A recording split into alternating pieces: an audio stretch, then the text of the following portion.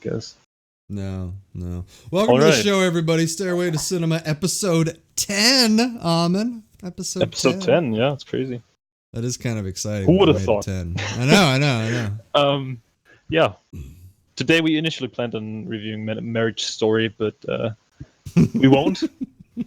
Actually, like when you say you want to do like a shorter episode, that's fine because I think the Golden Globes that won't take that long. I think. No, because I don't imagine we're gonna go over too much on. No, because I haven't and seen shit. all of them. You know. Yeah, me neither. I'm already looking at the list because.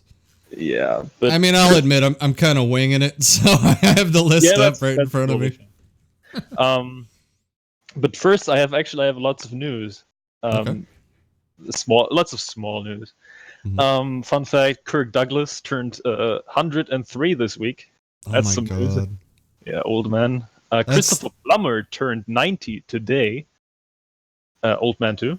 Jesus. And which is fun. Last week we talked about Jack Houston and Nicholas Hoult. Yeah. And on that day, they both had their birthday. Actually, that was coincidence. A little shout out if they're listening. Yeah, shout out to Nicholas Hoult. So there were some new trailers, actually a bunch of trailers this week. Yes. First, have you seen Wonder Woman 84, the trailer? Absolutely. So I think Black Widow is more my thing. I don't like to compare those, but I kind of, it's kind of. I think that comparing him is wrong, but I really like the tone that they went for with the the trailer. I mean, it was definitely a good song to go with. Some people are complaining that they're 80s out, which I think is stupid. I mean, more 80s the better for me, just because I'm close to it. So it might be a little bit of a bias there for me, but I like the suit. The suit looks better, the brighter. They're going for that brighter look. I like Pedro Pascal. He was cool. That's Max Lord. Looks like a good role. And I'm really happy that Chris Pine will be back. Just for the shits and giggles. Yeah, even though I'm not sure how they. The thing is like I don't want to give it away, but in comics, Maxwell Lord has some stuff that he does. So I think he has a hand in it. Honestly, like the trailer didn't get me at all. I literally didn't. I gotta be honest. Like it totally got me. I watched it 3 times, man. So like, I'm pretty excited. I'm just excited where DC's head is at right now. Like they're going more. Like they got the darker thing with Joker, sure, but I mean, I'm happy that they have this lighter tone because DC people are crazy. Like it's got to be light. It's got to be fun. Otherwise, they'll lose their shit. And Aquaman was fun, and Shazam was fun. So, I feel like this, along with the Batman, they might have something going. Maybe. Not so much with the Harley Quinn movie, but yeah. Actually, I think I'm more into the Birds of Prey movie than into Wonder Woman. Yeah. I don't know what there's some deep-seated hate on Wonder Woman coming out of you right here. I don't know what it is. It's not hate. I just, it's... You hate Gal Gadot. I don't. I just don't like Wonder Woman as a hero because I think this whole shielding bullets with her bracelets and stuff, it's so stupid. But she's a god, bro. It looks silly. It's over the top bullshit. I hate comic book movies. Okay. Moving that on. Might be a little exaggerated, but I predict you'll probably enjoy it. Yeah, but I prefer deeper movies, kind of movies that I can. Yeah. Maybe the hype will get you a month in. You never know. Yeah, who knows? I don't even know when it's coming out. June. Oh, okay. Right around the corner. There's lots of stuff coming out next year. Yes. Yes. So there's also the trailer for the Ryan Reynolds movie Free Guy. No, I didn't see this. I just saw that it was trending on Twitter. Do you know what it's about? No. So he's an NPC in a video game, like GTA or something. And then he realizes that he's an NPC and kind of wants to do his own thing. And it looks like typical Ryan Reynolds movie, and I'm not a fan of his humor. So well, I gotta say, I'm not really a fan of the gaming things when they try to do weird gaming shit like that. Like they did it with Serenity, that stupid fucking Matthew McConaughey movie. And they also did it with what's the movie I'm thinking of here that I did not? Oh, Gamer.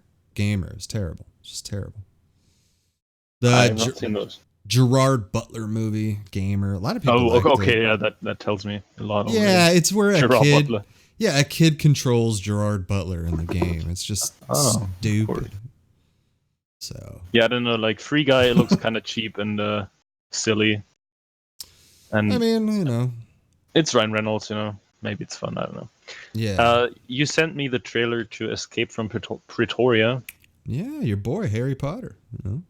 Right. Harry Potter and the Escape from Pretoria. It looks decent, I guess. Yeah. I wouldn't say it's super amazing. It's probably just an okay movie. Has some British vibes. I imagine that movie probably won't even come to cinema. It's just a movie that I saw the trailer was on YouTube, and I know you're a Radcliffe man. Yeah, I mean, I like his movie choice. He's doing lots of small indie bullshit, and I think that's cool. Yeah, I mean, he definitely takes risks. That is true.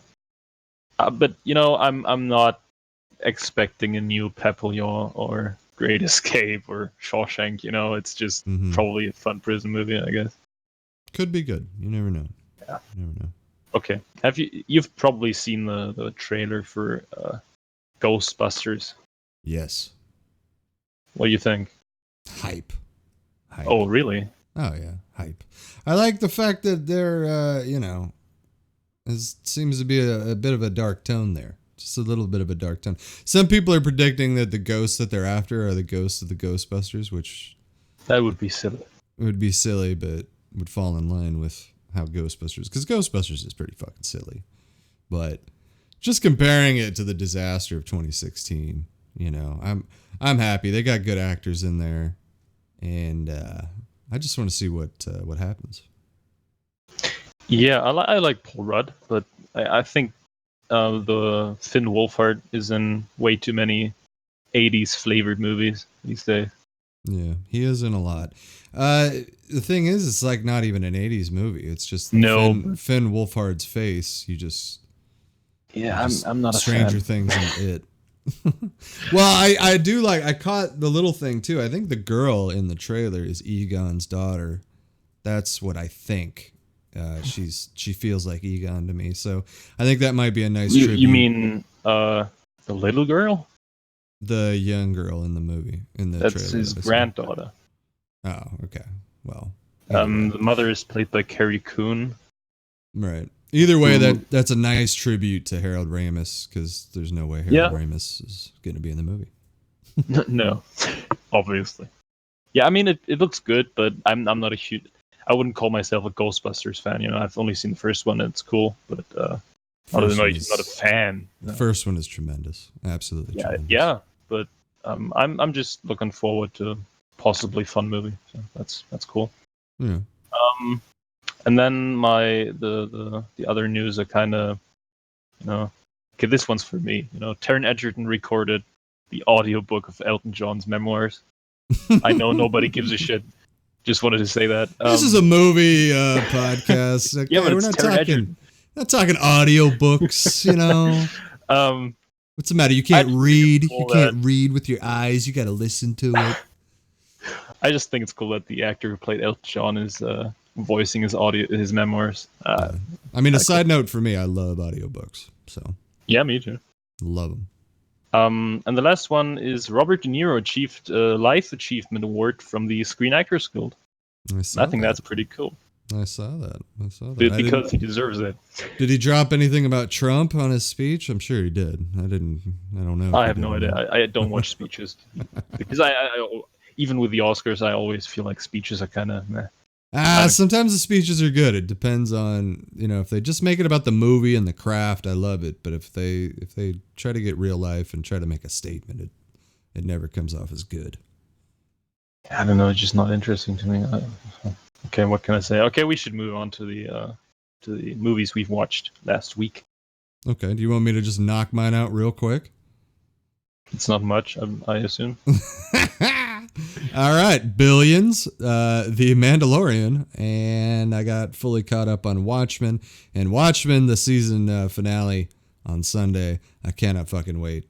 The show is fucking brilliant. Just fucking. So you didn't watch any brilliant. movies? No, I didn't watch any movies. Only shows. Okay. It is weird. And Billions continues to be brilliant. I'm just saying, man. Billions is fantastic. I believe you, but not sure if I ever check it out. You know. Damian Lewis. So. I know. I actually, because I had to do a lot of stuff this week, I kind of didn't. I wasn't really in the mood to spend my free time on movies. I didn't watch as much as I usually did. Oh, wow. Sometimes okay. when I'm tired, I just want to chill with some YouTube. You know. I totally understand. Yeah. I watched 6 movies, which is for my standard kind of. You know, it's usually I have like 10 a week. You know. I watched the movie Cold Pursuit. With Liam Neeson. Oh yeah, okay. Right, it's a revenge movie with Liam Neeson. Of course it is. It has Laura Dern in it for like 5 minutes, so you know, wow. Dude, that movie, it's a remake of a Norwegian movie that I really like with Stellan Skarsgård. And the Liam Neeson remake is just so whatever. Like it would be kind of cool if the original didn't exist, but it's in every regard it's worse.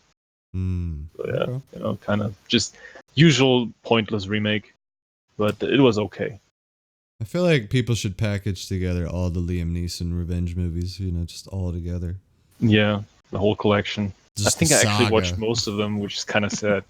The saga. I didn't watch Taken. Yeah, dude. Every single one of those movies feels the same, kind of. Mm-hmm. So, Cold Pursuit is in the snow at least. You know that makes it unique. It's yeah okay. I think that was on Saturday. I watched Django Unchained again? Oh, okay. With my friend Goshen, and yeah, it was always a blast. We watched it at like I watched it at 6 a.m. in the morning until like 8 something. Was it his first time seeing it? Yes, actually, I think he thought I think he said like this is on par with Pulp Fiction. Yeah, like and dude, Django is amazing. I watched it 3 times this year. Always a blast. I might watch it again this year. Who knows? Yeah. Because I got the Blu-ray, which It's pretty perfect. It's pretty perfect. Yeah, I think for next week I will actually then rewatch Death Proof and Jackie Brown if we want to do a Tarantino episode. That could work. I don't know if I'm gonna have the time to. I'll get back to you on that. But yeah, I mean, there's definitely a Tarantino episode coming. Yeah, but dude, you don't even have to watch any movies for that. No, I know, but I want to get refreshed on a few. Like, I'd like to get refreshed on Kill Bills, both of them. Okay, so that's a chunk. That's a chunk. I don't need to be refreshed on Inglourious Bastards, Django, or Pulp Fiction, or even Hateful Eight, because I've watched that so many times. It feels like I watched all of those quite recently, so I only need Death Proof and Jackie Brown. Jackie Brown. Because from a lot of people, I heard that Jackie Brown is actually pretty cool, and I don't even remember it. Yeah, I mean, I've talked about Jackie Brown with you. Like, I feel like it's good, but it's just like they focus too much on Jackie Brown. Yeah, it's just like I don't care about Jackie Brown. I just remember the Samuel Jackson scenes being kind of cool. It's kind of a waste of Michael Keaton too. Like, I was so happy that Michael Keaton was going to be in a Tarantino movie, and he's like barely in it, dude. I don't even remember him being in the film. Barely in it. Because when I watched it, I think a few years ago, I didn't even know Michael Keaton that well. So, yeah. Yeah. Okay. I continued rewatching the Harry Potter series, so I watched Order of the Phoenix, the 5th one. It was cool. It was just it was cool, and I think I had a kind of weak, or like it was a weird evening because some scenes really had me cry almost. Like that movie really got me, even though I know it in and out. It's kind of Harry Potter 5. Gotcha. Dude, Sirius Black dies. That's emotional. Spoilers, Jesus. Dude, everybody knows. I haven't seen it yet. I'm halfway through Goblet of Oh, Fire. I'm so sorry. I'm totally fucking with you. Yeah. It's better than the fourth one for sure, and maybe I watched the sixth one. That's tonight. the Half-Blood Prince, right? Right. Right. Also, okay. I remember that being a weaker one because it's kind of soap opera. There's 8 of them, right? Because they have the Right. last one. Okay, the last one's in 2 parts. Yes, and both of them are good. So Yeah. I'm looking. Actually, like I noticed that the fifth one is from 2007, and dude, the effects are amazing for that Yeah, time. You they know, are. like Yeah. that was crazy. The final duel between Voldemort and Dumbledore is so cool. Yeah, I don't know when I'll get around to it, but I definitely want to watch like from 3 on again. Just to Yeah, get I refreshed. skipped the first 2. So. Yeah, I totally understand. Okay, then I watched Marriage Story, of course. And dude, you should watch that. Yeah, I know. Really I good. wanted to watch it. I was my whole plan was to watch it last night, but I lost track of time and I got really tired. And It's fine. I don't want to watch a movie like too tired because then I won't. Yeah. Also, you got to be in for that. You know, it's a heavy movie kind of. Yes, I think that was it. I think that was it. Was heavy was the thing. But what did you think? Like, what did you? It has Scarlett Johansson's best performance I've ever seen. Oh. Also, Adam Driver's. I want Driver to win that Oscar. You know. Wow. Dude, there's a scene that had me crying for minutes out of nowhere. Over Joaquin, you're going for it. Okay. Yeah. Because I feel like for me, Adam Driver's performance was way more emotional. I was more into the whole. The character was. I was more attached to the character than I was to Joker. So. Mm-hmm. Well, I mean, we've talked about it before. The Joker's a tough one to, get through. It kind of lost its reputation for me over time. Yeah, I mean, you saw it twice too. Yeah, and the second viewing wasn't as good anymore. No. Right. Still a good movie, but I think Marriage Story is a little better, at least for my taste. Drama, yeah. I mean, you got to remember that Joker is really a drama. Not. It's a thriller. Marriage Story to me, I can already tell that's a traditional fucking drama. So yeah, I can kind of understand where you're coming from there. Yeah, and like Driver's performance is almost like it's very similar sometimes to Casey Affleck in Manchester by the Sea. So that's my shit. Even though it's more out there, it's not as low key as Casey Affleck. Yeah, and there's something about Adam Driver that is. Dude, he's so good. Actually, he's always been good. The first time I saw him was in the HBO show Girls, and he was literally the only thing I liked about the show. Like I really didn't like Girls that much, but when he was on screen, he was fantastic.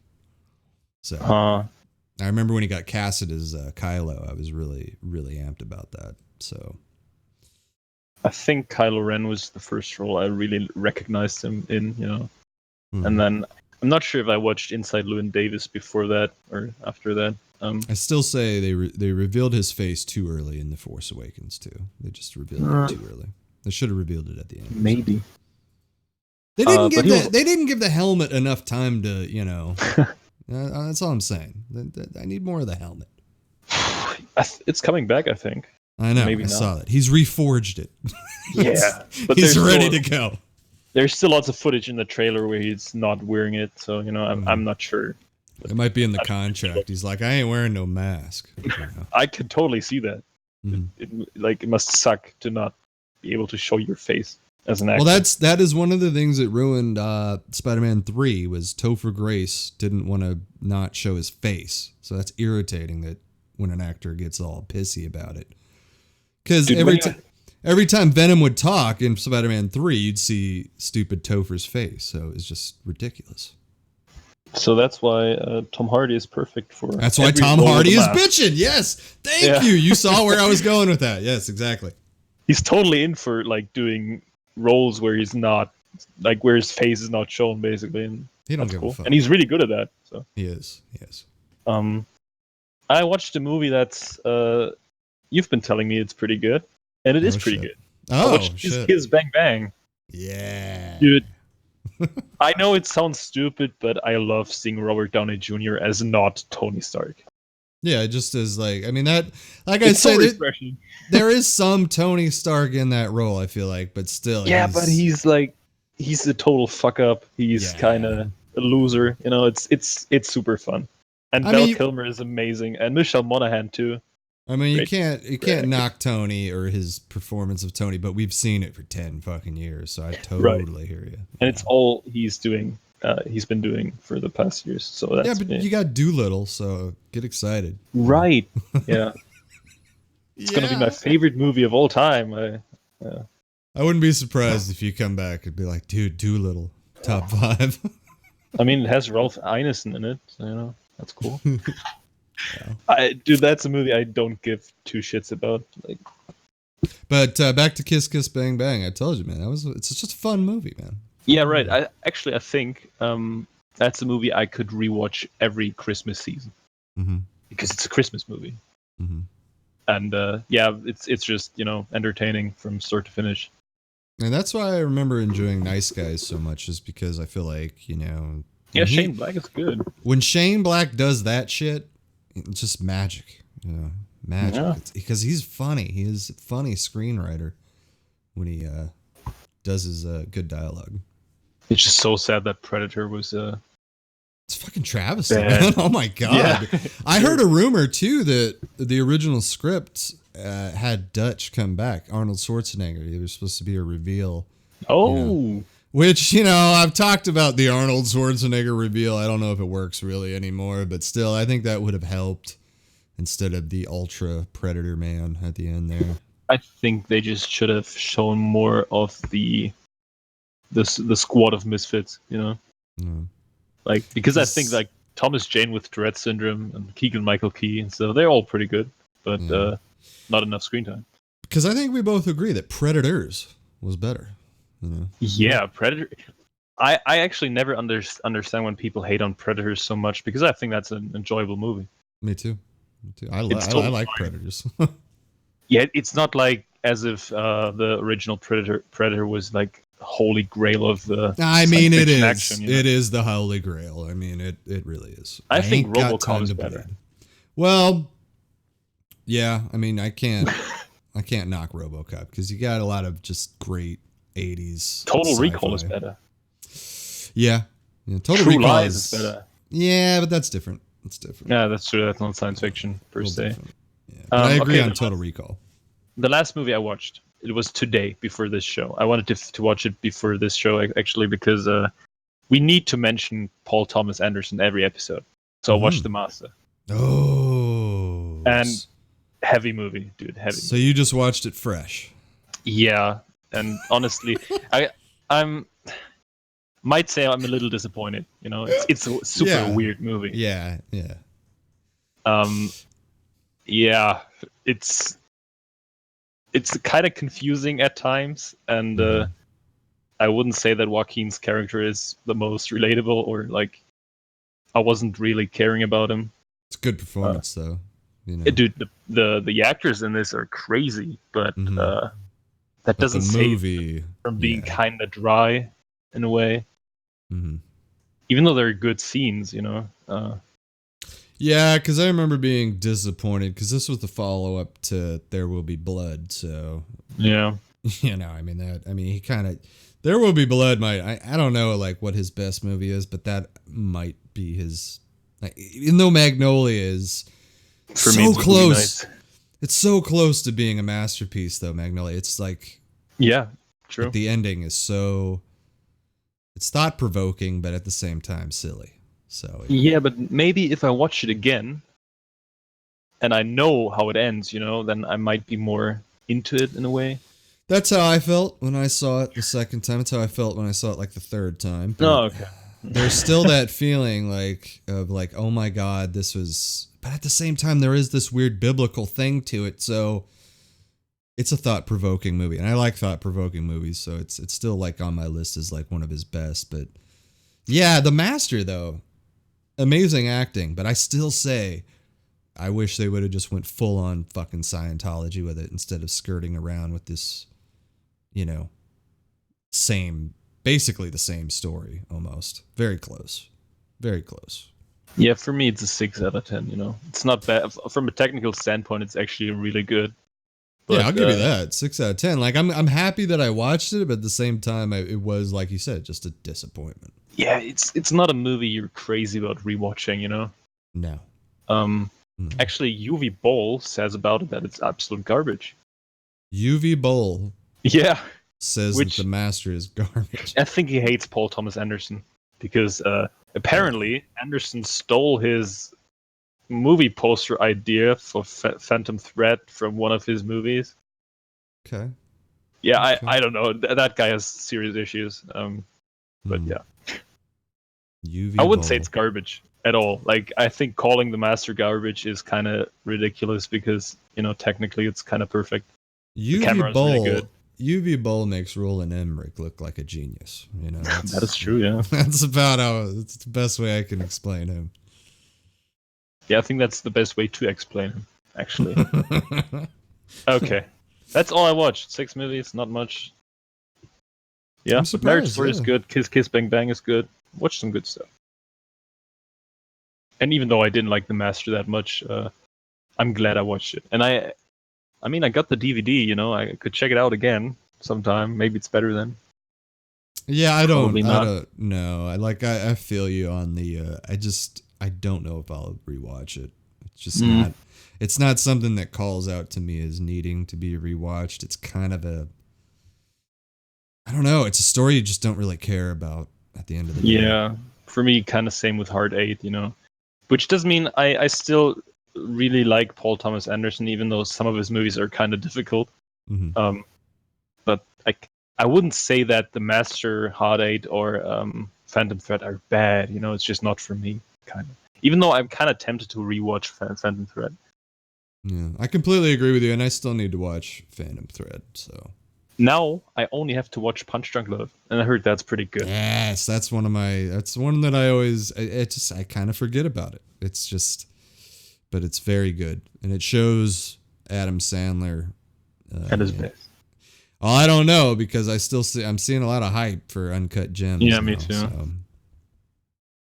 All right. Do we want to move on to the Golden Globes? The Globes? Globes of 2019. Yeah, I mean, I have I wish I had like a PDF list, but I have this. Do you have the IMDb list open? Is it IMDb? Where is it at? Tell me. I can send you the link. And, yes, please do. Then I would say we can scroll to the bottom and start with the stuff that I can't really talk about because it's shows, you know.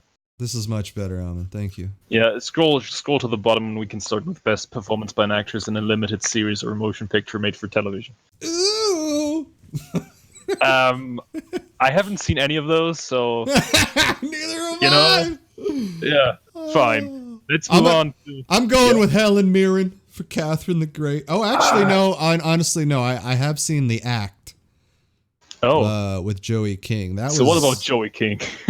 She's pretty good in the role. Yeah. Yeah, I can't really talk too much about that one. That's too bad. I mean, but Joey King, I wouldn't be surprised if she could, but I haven't seen the others. So. Yeah. It'll be Helen Mirren. Helen Mirren, watch. I like Michelle Williams, so yeah, she's gonna get it. I don't like. I can actually show these on my screen. That's cool. Next one: best performance by an actor in a limited series or motion picture made for television.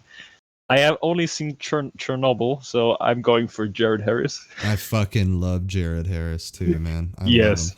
I believe I've talked about it with you before. The show Mad Men. It's fantastic, that show. Very thought-provoking, but he plays one of my favorite roles in that show. He doesn't come into like the 4th season or so, but man, his role. I fell in love with that guy because of that role. Actually, the first thing where I really like recognized him as a person was the Terra Amazon series about like historical show about 2 ships gone missing. That's pretty cool. And he was good in Chernobyl. With the one guy. What's his name? The one guy. Yeah, right. The one guy. Oh god, I don't it remember his has the guy from Game of Thrones. Mance Raider. Tobias Menzies. Mance Yeah, Raider. Oh, that guy too. Yeah, right. Yes, And, yes, there we go. And also, what's his name? Admiral Tully is also in it. Okay. And the one guy from Chernobyl is actually also in it. The other guy, Never mind. Now, so was that good? The Terra first season is pretty good, yeah. Okay. Pretty damn good. Very unsettling, very, very brutal. Loved now, it. I will say about these actors, I really still would like to watch the Sacha Baron Cohen, The Spy on Netflix. It's a limited series, but I'd like to watch that. Have you actually seen any of those? I only saw the previews. So. Oh, okay. And you watched like 2 episodes of Chernobyl, right? No, I still got to watch the last episode. Oh, okay. Yeah. Yeah, I'm going for Jared Harris because only thing I've seen. I mean, even though I haven't seen the last episode of Chernobyl, I know what fucking happens, but I still think I can speak to Chernobyl and how amazing that it was for that moment when it came out. But I have heard good things about The Loudest Voice with Russell Crowe about Roger Ailes. But, now there's 2 things with Roger Ailes out, so yeah. Yeah. Too much Fox News. Too much Fox News. What's your very meaningful pick? Oh, my meaningful pick? I'm going to go Jared Harris because I love Jared me Harris. too. So, yeah. He was the best, even though I haven't seen all those. Okay, best performance by an actress in a supporting role in a series, limited series, or motion picture made for television. Emily Watson for Chernobyl. Yeah. I might have to go. Now this is weird, but I'm gonna have to go Patricia Arquette. Even though I don't like Patricia Arquette, she was really good in the act. Yeah. Okay. I feel like she'll get that. I have to admit, I need to I watched 2 episodes of The Crown. And it was a show that I know is going to be good, so I really need to crack into The Crown at some point. I watched the first episode, but yeah, gotta get used to it. I guess British, you gotta, it's the Brits, You don't like Patricia Arquette, so what about True Romance? No, I loved her then, but she slowly got on my nerves. Just like Sandra Bullock. Sandra Bullock in Demolition Man. Oh my god, Yeah, okay. But everything else. Oh, and Speed. Sorry. Okay, then best performance by an actor in a supporting role in a limited series. Well, I want Patricia Arquette to win, but we all know that Meryl Streep will win. So, there you go. Okay. Honestly, though, Emily Watson could take it, but I know people did like that Unbelievable show as well on Netflix. So, that's kind of a toss-up, honestly. I have no idea. I really can't comment on those. I mean, the Golden Globes are great because, I don't know. I mean, they're kind of a throwaway award show in my opinion, but at least they have fun. Yeah, it's just kind of sad that I can't really... I should watch more shows, probably. You should watch more shows. There's brilliant shows out there. Yeah, that's true. What about the next one? And I can help you with that, if you ever need help. What is it? Best performance by an actor in a supporting role in a series, limited series, or motion picture made for television. Stellan Skarsgård for Chernobyl. Ooh, dude, we got some good ones here. We got some good ones though because Henry Winkler. Barry. Henry Winkler and Barry really touches me, man. I never liked Henry Winkler. The Fonz. I don't even know who that is. He's the Fonz from Happy Days way back in the day. Sure. But that show is, I know I use the word brilliant a lot, but that show, my God, Barry is fantastic. But at the same time, it's pulling me because I love Stellan Skarsgård. But Kieran Culkin in Succession. That's going to be my pick because I love his character in Succession. Okay. But he won't get it. It'll be Henry Winkler. Yeah, I'm going for Stellan Skarsgård. Obviously. Yeah. Next one. Best performance by an actress in television series, musical, or comedy. And by the way, and this is why I hate the Golden Globes, is because the stupid category of musical or comedy. It's fucking That is ridiculous. Kind of stupid, yeah. Just remember, The Martian was nominated for Best Picture, musical or comedy. Just throwing that out there. Yeah, makes total sense to me, right? Terrible. Just terrible. Yeah. For this one, honestly, I have not seen any of them. So, I've seen Dead to Me, so I'm going for Christina Applegate. I think you mentioned that was good. Yeah, it's good. Yeah. Okay. But I heard that Fleabag is really good, so Phoebe Waller-Bridge might have a chance. Yeah, I feel like either one of those two because they're both. Because I know Fleabag did have some heat behind it. So. Okay. Next one. Best performance by an actor in a television series, a musical, or a comedy. Haven't seen any of those, but I know you're gonna pick Bill Hader. Yeah, I'm going Bill Hader 100%. Yeah, 100%. And let's just move on to the next one. Yeah, best performance by an actress in a television series drama. Haven't seen any of those. But you got your girl Olivia Colman. You can just pick her. Yeah. Okay, I'm picking her. She will win for sure. Yeah. I will go Nicole Kidman, Big Little Lies. Oh yeah, I think you love that show, right? I loved the first season. I still have not watched the second. So no. Yeah, the first season was nominated. Yeah, they're both nominated for the morning show. Excuse me. That's weird. Which I heard that show wasn't that good. So yeah. Okay. I don't know if Apple's shows are doing too well, even though I've acquired, C with Jason Momoa, and I would like to watch that soon. So your pick is Nicole Kidman? My pick is Olivia Colman, even though I haven't seen it. That's fine. The next one, best performance by an actor. I don't want Kit Harington to get it. No. Game of Thrones is the only thing I've seen of those, but I don't want him to win for that bullshit. So I'm going for Tobias Menzies. I have a feeling they'll give it to Rami Malek because it's the last season of Mr. Robot.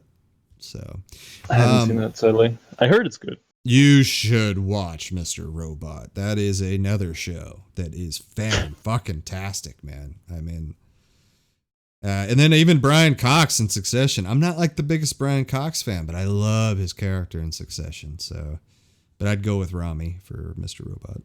I'm going for Menzies. He's incredibly intense in Mr. Robot. Like the reason he's in movies and stuff is because of his performances on Mr. Robot, I believe. Oh, he was in The Master though. And he was in Twilight too. I forgot. And Night at the Museum. Yeah, don't forget that. Next one, best television limited series or motion picture made for television. I think we're going to agree here. Chernobyl. Yeah, yes, absolutely.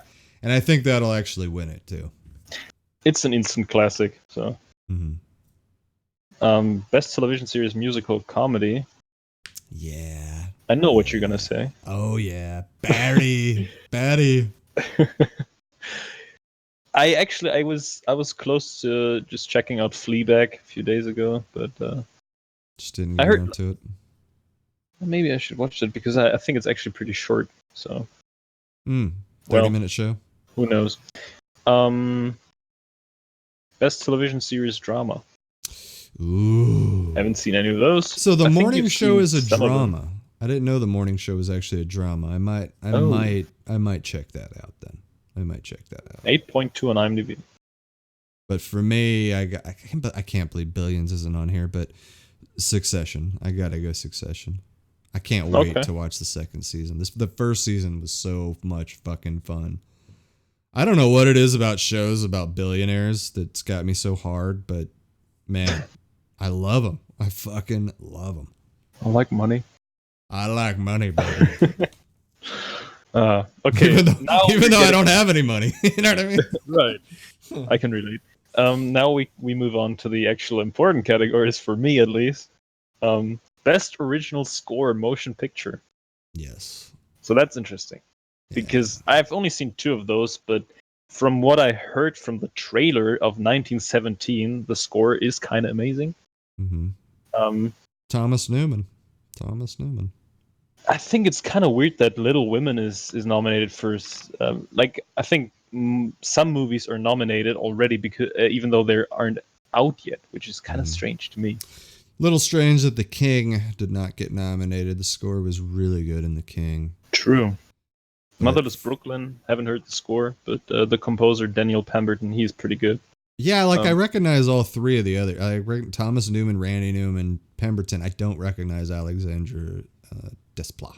Desplat. Yeah. But like, even though I love Marriage Story and I think the score of 1917 looks good, like sounds good, but this is no doubt this is going to Joker. Yes. Like for me, Joker's score is amazing. Yeah. As my brother says, Joker is safe. I feel like Joker, part of the greatness of the movie is the score. Totally. Yeah. So yeah, we can agree on that. Next. Do you know how to say that name though? Do you know how to say? No, that has some letters I've never seen before. Hildur Guanator. Yeah, what's the letter after the U? I have no idea. I don't know, man. It looks like a fucking J and a D had sex. But where's she from? Like Norway or Finland or something? I don't know. I'm gonna open a new tab real quick because now I gotta know. Iceland. You were close. Oh, okay. Yeah, Scandinavia somewhere. Next one is Best Original Song Motion Picture. That is a category I don't know about. I wonder who you're gonna pick here. I wonder. The Lion King, of course. Mm-hmm. Yeah, I mean, actually, like the song, I actually had to listen to it again today because the song from Rocket Man. I don't know. It's not. I wouldn't say it's like huge. That doesn't seem like the song for the movie. It's odd that is yeah, but I think they actually made that song specifically for the movie. But of course, they can't nominate just Elton John songs that have been out for years. So. Oh, this is an original song for the movie. It is. Okay, all right, yeah. I got you. Right, but right. It's not that it's a bad song. I'm just, it's not my thing really. It's okay, I guess. I haven't heard the other ones, even though of course I've seen Lion King, but I don't remember the music because the movie sucks. I think Rocket Man will probably take it. Hopefully, because I don't want Cats to win. I feel like Cats looks like a total fucking disaster. I have no idea who greenlighted that bullshit, honestly. It looks so terrible. Bad. Just terrible. I heard Harriet is an alright movie, but can't comment on that. I haven't seen it. Haven't seen Frozen 2. Surprise. Have you seen Frozen 1? No. Me neither. Never bothered. No, I don't feel like the target audience for that, Let it go. I'm not a little girl. So. Yeah, I think we can agree on Rocketman, right? I mean, honestly, I haven't heard any of them, but I think Rocketman will take it. So I hope it will. Okay, I mean, although you got Beyonce for The Lion King, that could be a dark horse, man. Dude, that soulless movie should not win any awards. The next one, we got a good one here. Yes, because I've seen 4 out of 5. Best screenplay motion picture. Mm-hmm. This may come as a surprise, but actually I'm not going for Once Upon a Time in Hollywood because I can totally see the it's not a dialogue strong movie. Mm-hmm. Like there have been better Tarantino movies with dialogue. Actually I'm going for Marriage Story has amazing dialogue, it's a good well written movie, but I'm gonna go for Parasite. Bong Joon-ho. Right.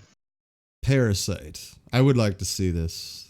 Because Parasite is so round as a movie, Yeah, you're not the only one that's hyping up about this Parasite movie either, so I definitely need to see this movie. And I need to see this Two Popes movie as well. I don't even know. Oh, yeah, me too.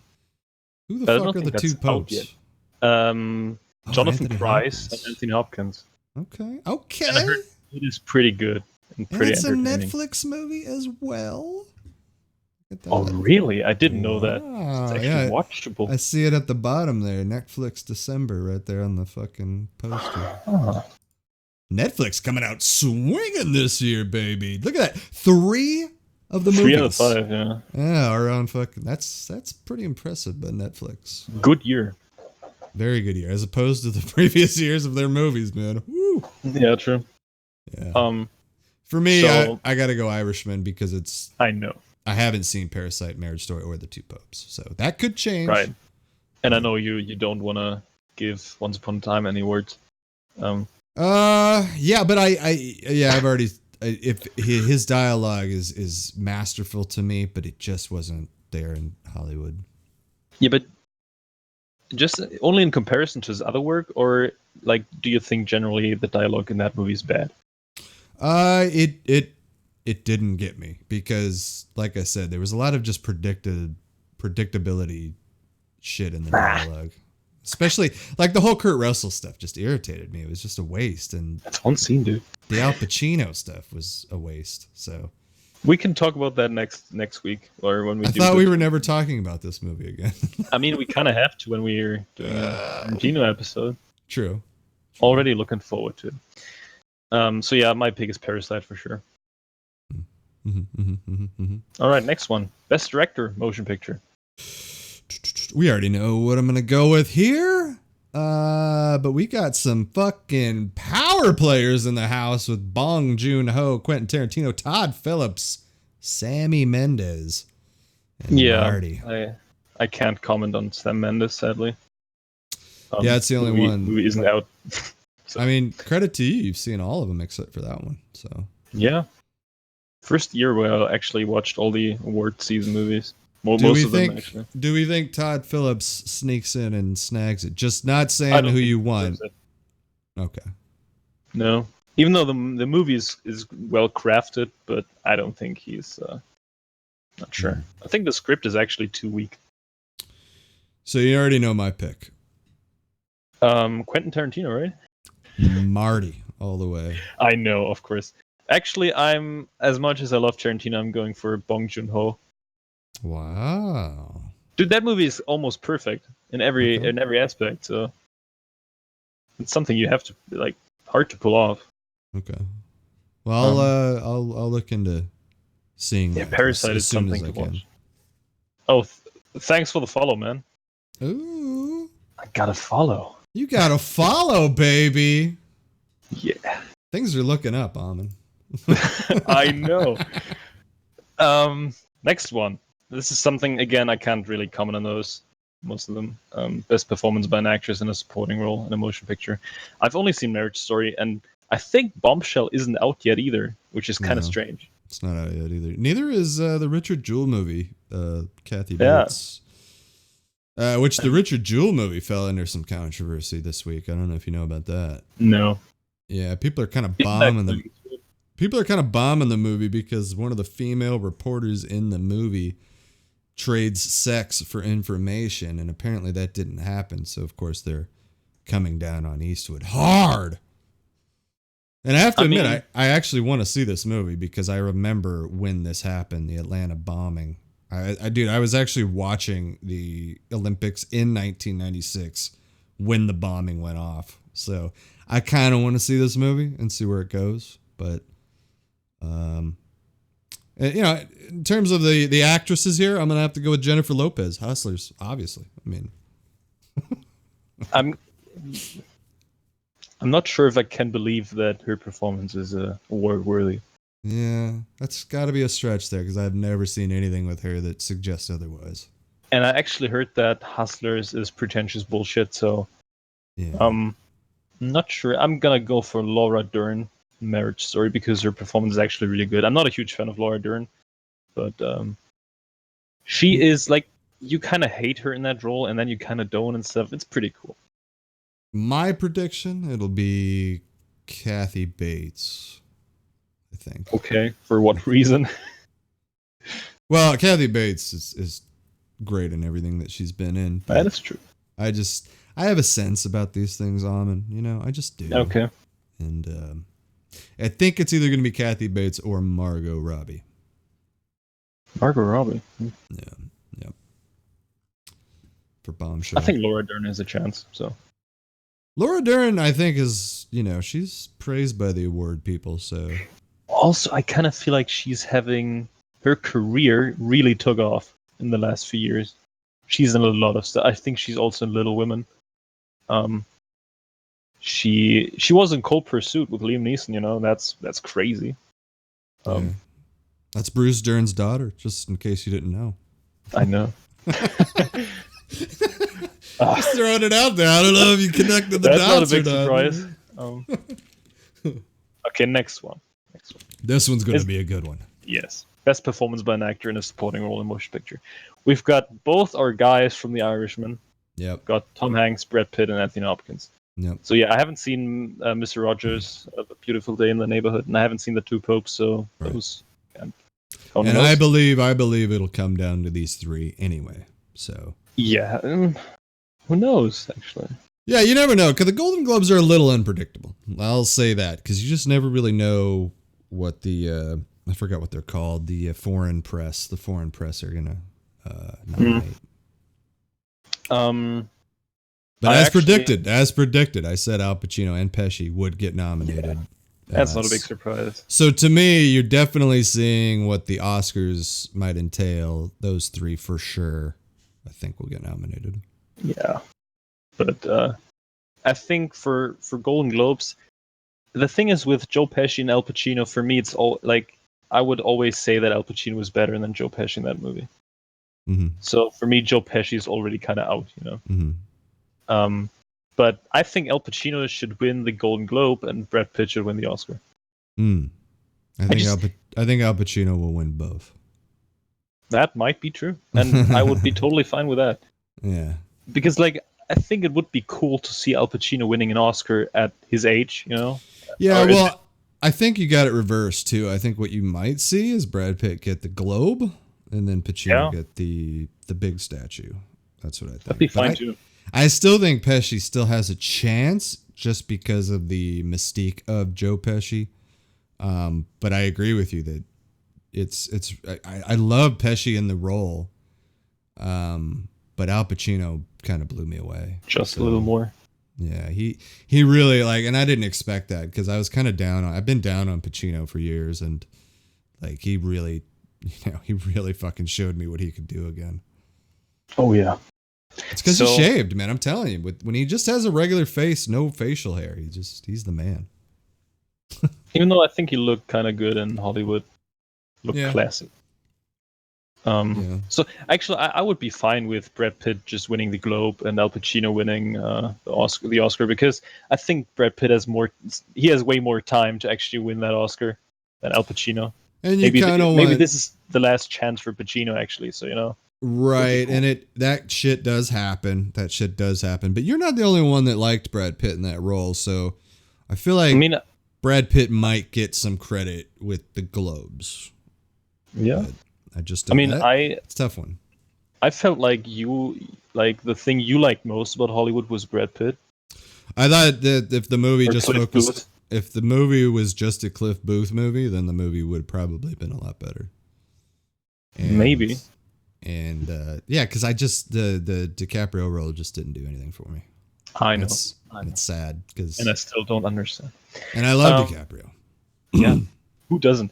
So for me, it's okay. I can settle on Brad Pitt here, and then when we do the Oscar prediction, it's probably gonna be Al Pacino. Well, there might be different actors in here too, but I definitely suspect that those three, Pesci, Pacino, and Brad Pitt, are a lock. I am kind of surprised. To not see Robert Pattinson and Willem Dafoe in either of in any of those nominations.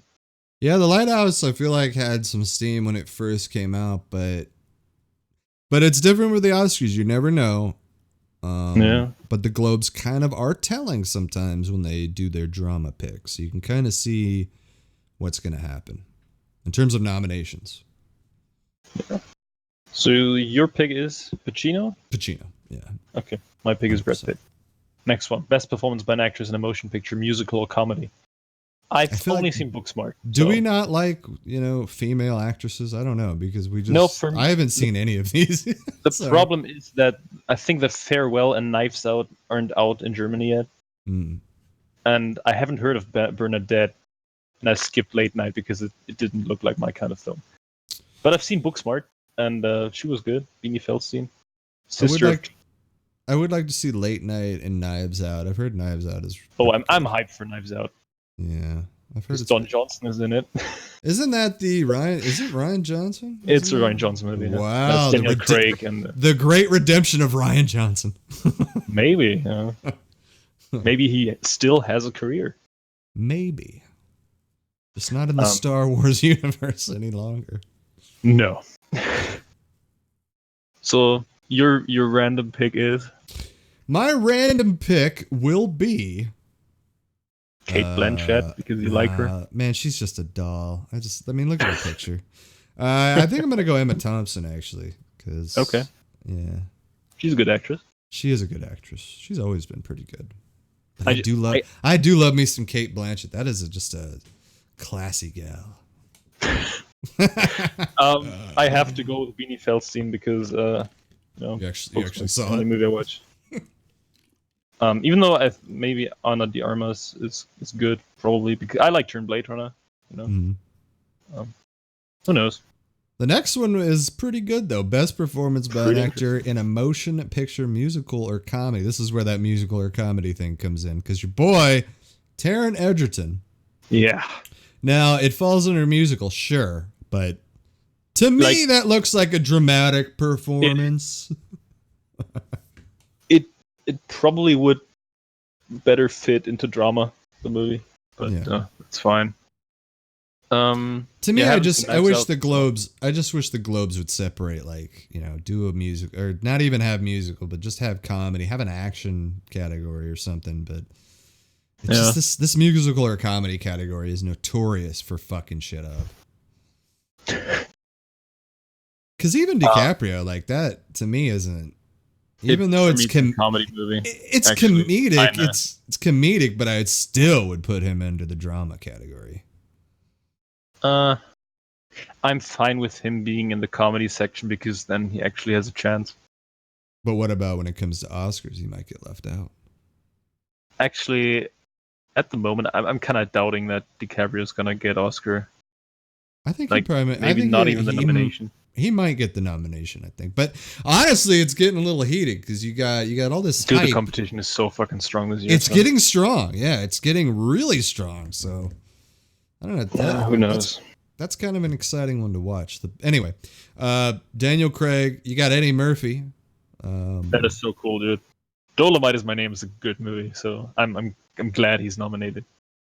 But you're gonna go Leo? No, I'm gonna go with Taron Egerton. I was gonna say, Jesus, you got Taron right there. Ooh, yeah. Because I honestly, no, Taron Egerton won't win the Oscar. So with him winning the Golden Globe, that would be cool. At least he gets the recognition for a role that he right. Seems I think like he there's put a lot no into. way that Roman Griffin Davis will win. Even I haven't seen Jojo Rabbit, but come on. Like look at those other actors. You have Daniel Craig and Leonardo DiCaprio. You can't just hand the globe to a child. But I think that's his first role or something. Yeah.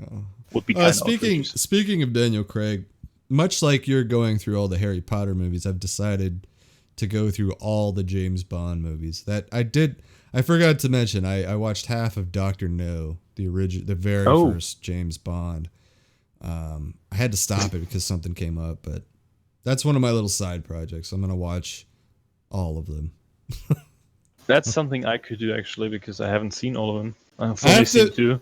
I have to admit, it's really cool, man, seeing old school Sean Connery. Like, it's different, it's it's very glammy and weird, but it's cool. It's cool. Dude, young Sean Connery is like the fanciest dude ever. He's a badass. He's a totally badass. Yeah. I got the Blu-ray of Casino Royale in my hand right now. I could watch that tonight. That's fantastic. I love the Mads Mikkelsen villain in that too. Yeah. Good shit. All right. So your pick is? I just don't know. Come on, you gotta admit that DiCaprio was good in the role. No. Yeah. I'm gonna go Eddie Murphy just because. Fuck you. My pick is gonna be. That's cool too, but Roman Griffin Davis will be my pick. Okay, sure. No, honestly, I honestly feel like personally that Taron Egerton will probably get it. So. Yeah, I hope so. Actually, I think he should win over DiCaprio, in my opinion. Yeah, there you go. Because he does his own singing in that movie. That's impressive. So yeah. Next one. And I think we both agree that Brad Pitt kind of stole the show. I mean, he did, because even though you didn't like it, but the last scene where he's like going batshit crazy, that's kind of, then for me it was always like I was leaving the cinema with I was just feeling, dude, Brad Pitt is so cool. because you just have this final epic scene. You've had a good year with Brad Pitt this year. Oh yeah, Ad Astra not nominated for anything. I can see that. Maybe Ad Astra is gonna get best cinematography at the Oscars. Hopefully. Ad Astra just fell into that thing that I told you about. Like it just didn't do well enough. Like you still have to do well to have the hype. You gotta have a little hype in it. Yeah. For me, that's not. Right. I'm totally fine with it not being hyped. I love that movie. That's all that matters, I'm just talking in terms of like the award bullshit. Yeah. But it would deserve cinematography or best special effects. I don't know. Even over Once Upon a Time's cinematography? Because I never complained about the way it was shot. Tarantino, he shoots his movies with craft these days. That's one thing about DiCaprio. Not DiCaprio, but Tarantino that has aged like quality a fine work. Wine. Yeah, his cinematography is always good. I'm not sure. Can't answer that. Let's just move on to the next category. You like that I pose these conflicting questions to you, don't you? Don't you love it? Yes, dude, but sometimes it's just so hard to compare movies, It is. Those awards are kind of silly because, like, how can you compare DiCaprio's performance to Eddie Murphy's, That's what I mean. That musical or comedy thing really fucks everything up. Yeah, right. Okay, best performance by an actress in a motion picture. Drama. Oh, yeah, drama. Scarlett Johansson. That was one of the best performances I've ever seen by her. Maybe the best. No, for sure, it was the best by her ever. I am hearing a lot of hype over this Renee Zellweger Judy performance, but I kind of hope she doesn't get it because I don't really like Renee Zellweger. I know that's I'm not sure if I ever saw a movie with her. I just find it super stupid that. It's not stupid, but Saoirse Ronan and Charlize Theron. Both these movies are not out, so how am I able to judge? Yeah, but they're still released before the end of the year. So yeah, festivals and stuff and press stuff, but yeah. Still kind of sucky. So But at the same time, it gives you something to watch too, as a film goer that you are. Now you have reason to watch these movies to judge. That is true. I'm actually kind of excited for Little Women because the cast is insane. Are you familiar with the story at all? No. It's a good story. It's actually a good story. Okay. And I'm actually hearing good things about Harriet or her performance, Cynthia Erivo. Yeah. But can't judge, so whatever. Charlize Theron is always good, so Charlize, last time she put makeup on, she got an Oscar. So we'll see. But I love me some ScarJo, so hearing that from you, that it was a really good performance, that actually makes me more excited to watch the movie. So, Oh yeah. So I don't really know, honestly, on that one. Oh, okay. I feel like Zellweger will get it just because of this hype prediction machine in me. So I got it. I don't even know who that is. Have I ever seen her before? She plays Judy Garland in the movie. Jerry Maguire. Jerry Maguire is fantastic. Bridget Jones. Bridget Jones. No, I haven't seen that. I will say this. I know it doesn't seem like it's a good movie, but Bridget Jones' Diary is really good. Especially if you want to see Colin Firth in a funny, stupid role. I always want to see Colin Firth. Dude, Colin Firth and... Dude, I'm not going to spoil anything, but Colin Firth and Hugh Grant get into a fight in the movie, and it's one of the stupidest, funniest fights I've ever seen on screen. So that's one reason to watch it. Both typical British gentlemen in one movie. That's good. Yes. Cool. The gents. Yeah. Okay. So your pick is Renee Zellweger. I'm just picking it just who I think will win, but I'm a ScarJo fan, so I'd like to see that. I'm actually not. I know. That's why. I never thought that she was like the best actress ever, but after this movie, dude. That's when when you said that. That's why because I already knew that. I knew that you weren't a big ScarJo fan. I just think that being in the MCU kind of hurts your acting a bit, because you can't really show what you're capable of. No. And yeah, for me, always her best performance was Lost in Translation, but up till this point. But now, yeah, Marriage Story is just a powerhouse for acting. So, also Ray Liotta is good in it.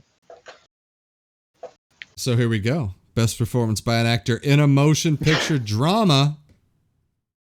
I have to say, I'm shocked. I'm surprised that De Niro did not get nominated here.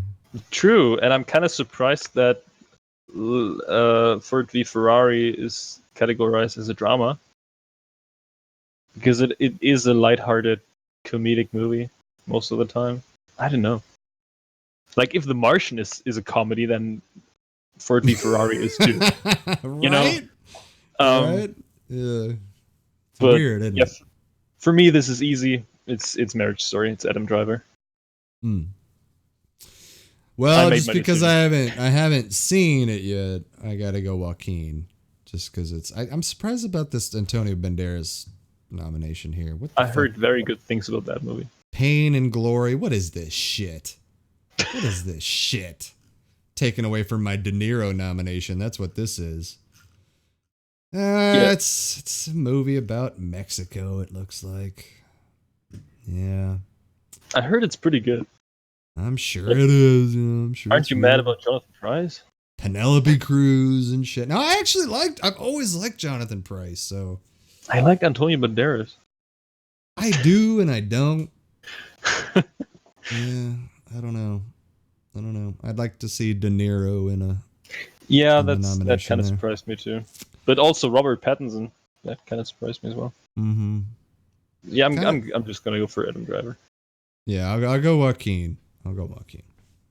Yeah, like probably if Marriage Story didn't exist, I would go for Joaquin as well.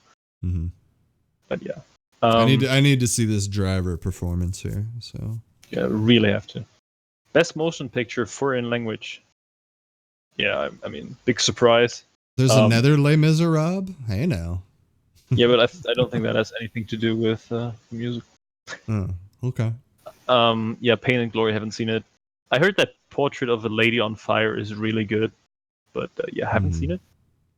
And yeah, easy pick for me. It's Parasite, obviously, because Parasite is fucking amazing. I've never been huge on foreign language movies. I know. There's only a handful that stuck out to me that I watched and I loved. Hard Boiled. Hard Boiled. The original Vanishing. I don't know if you've seen The Vanishing. No, I have not. Fantastic. There was an American version that came out with Kiefer Sutherland and Jeff Bridges. Not even as good as the original. I think it's Danish. And then Pan's Labyrinth. Pan's Labyrinth always stands out to me as one of my favorite foreign language ventures. And Das Boot. Yes, Das Boot. Yeah. I do like me some Das Boot. The English pronunciation on those words, man. What is Danish? What did I say was Danish, Amin? I just had a brain slip there. What did I say was Danish? The Vanishing? The Vanishing. I think it was a Danish movie. I don't remember, though. So there are some good Scandinavian movies. I like Norwegian movies are usually kind of good. Because Norway has some good actors. Stellan Skarsgård, you know. So, best motion picture, animated. Oh yeah, and by the way, I'm just going to agree with you on Parasite for that category. Yeah, you should. Trust me. What do you think? Yeah, here? I mean, it's obvious that best motion picture animated, dude. This is certain pick The Lion King, dude. Do you think it's strange that The Lion King is in there? No, because it's not a live action movie. Right. So you saw this? Fine, but yeah, I saw it. And are you being sarcastic? You didn't like it, right? No, it's garbage. Okay, so all right. This shouldn't even be nominated. And it just tells me how weak this year is for nomination, you know. Right. I think that Toy Story should win, even though it's not amazing. But I'll go Toy Story just because I like Toy Story. So it's a decent movie, but it's like not nearly as good as, for example, Spider-Verse. I haven't seen How to Train Your Dragon 3. And I haven't seen Missing Link and Frozen. So. Missing Link actually looked good. I think this is the movie with Hugh Jackman. I think. Yeah, it doesn't look bad. That is the movie with Hugh Jackman. Yes, it is. I saw the preview to this, and I actually kind of wanted to see it. There's no way I'm gonna see Frozen, dude. No? No. Not at all. What if it was nominated Best Picture Oscars? You wouldn't. Yeah, then I wouldn't care either because. Yeah. Yeah, I gotta go Toy Story just because I like Toy Story. All right, best motion picture, musical or comedy. Yeah. I gotta decide between Once Upon a Time and Rocketman. That's cool. Yeah. Well, Knives Rocketman Out is the only musical nominated for anything this year, dude. and Knives Out is in there too, and it seems like Knives Out, Dolomite, and Jojo Rabbit are comedies. Yeah. I heard good things about Jojo Rabbit. I did too. I feel like the steam kind of let down a little bit on it though too. Because I kind of feel like it came and went. It's not out here yet, sadly. But Knives Out, there's a lot of hype around this movie. Because it has an amazing cast. Like, you know every single actor. But so did the movie 43, and we all know how that turned out. Right. I mean, I like that Dolomite Is My Name is nominated. That's cool. Mm-hmm. But I just have to go with Once Upon a Time in Hollywood. Over Rocketman. Yeah. Over Rocketman. Yeah. Poor Taron, you know. I mean, I voted for him as best actor, over DiCaprio. So I'm really curious who wins this category here, honestly. Yeah, but it is a good year actually. Because it looks like all 5 of those are really good. Yeah, because I could see Once Upon a Time in Hollywood taking it. I could. Yeah. Katie's doing some research for me. She's like, the movie is not Danish. No. Yeah, she would know. I was close, man. I feel like I was close. Sorry, I gotta make sure she's right here. All right. Do you have a pick? My pick is gonna be Jojo Rabbit. No, I'm just kidding. I feel like Hollywood probably will take it there, but there's something about Knives Out that screams to me dangerous. I don't know why, but I think Hollywood is probably gonna take that one, or Rocketman, or Rocketman.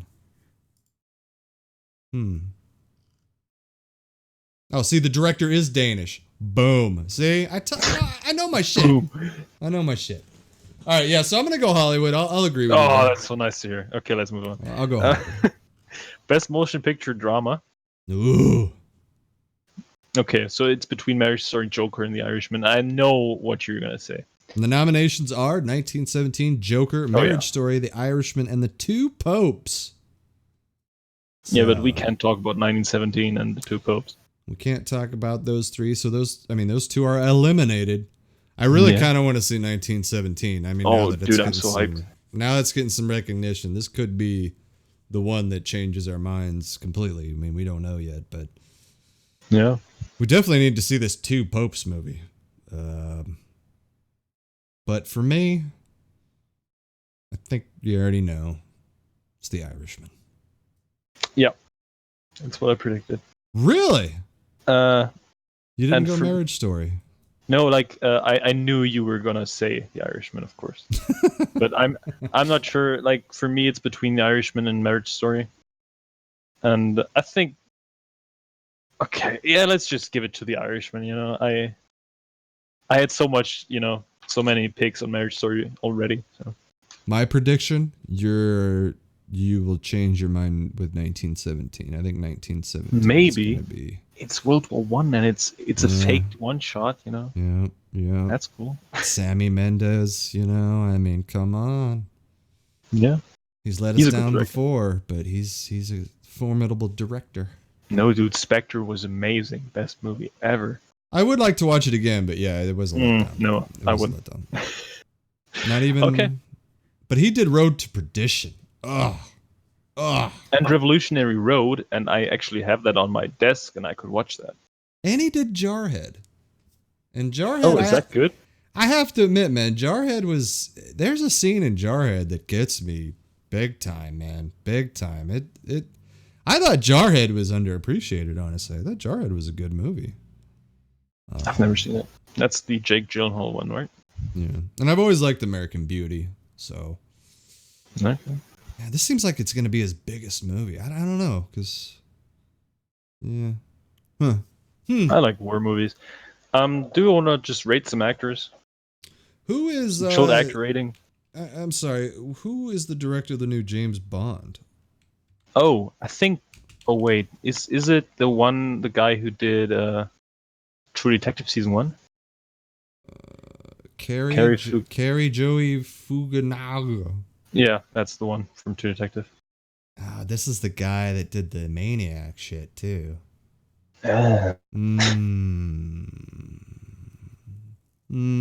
Interesting. Yeah, super interesting. He did that Beast of No Nation Netflix movie. Did you ever watch that? That's a good one. You did watch that? I watched it. Yeah. I never saw it. Long time ago when it came out. Yeah, the Maniac thing though. I don't know. The show? Yeah. Yeah, that was alright. Okay. I never got through it all, so. Nah, I wasn't a big fan. So rating actors. Yeah, just some chilled actor ratings because that's fun. Chilled actor ratings. Yeah, I mean we can always do those, you know. It's just yeah. What do you got? Bryan Cranston. He's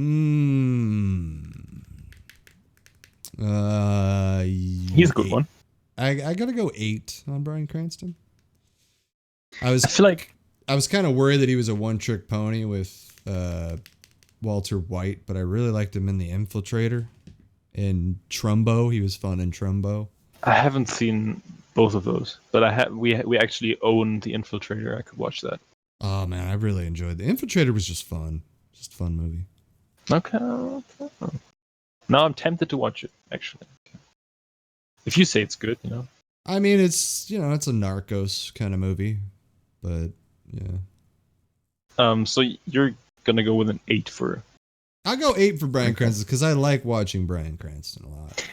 I think I think 8 is fine. Even though for me the only thing I mostly remember is Walter White. Obviously, he's not a lot of stuff.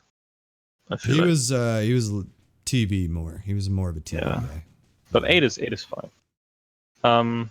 Okay, now a big one. I think I have lots of big ones. Al Pacino. Al Pacino gets a. That's a tough one for me, man. It's a tough one because you got some 10s in there, performance-wise. Yeah, that's true. But then you got a lot of 6s and 7s in there too. So. And some 4s and 5s. I gotta go 9 based on look. Yeah. He would be an easy 10 for me, but based on certain roles that he's taken, yeah. I think 9 is that's also my pick. And he does go over the top. He does go over the top sometimes. That is true. Yes, sometimes he's a little overacting, but that's fine. Yeah. Actually, I think I've written down only big names mostly. Actually, okay, Russell Crowe. I'm gonna go 8 on Russell Crowe. 8. 8. I mean, because I feel like his best performance was a flooring performance for me.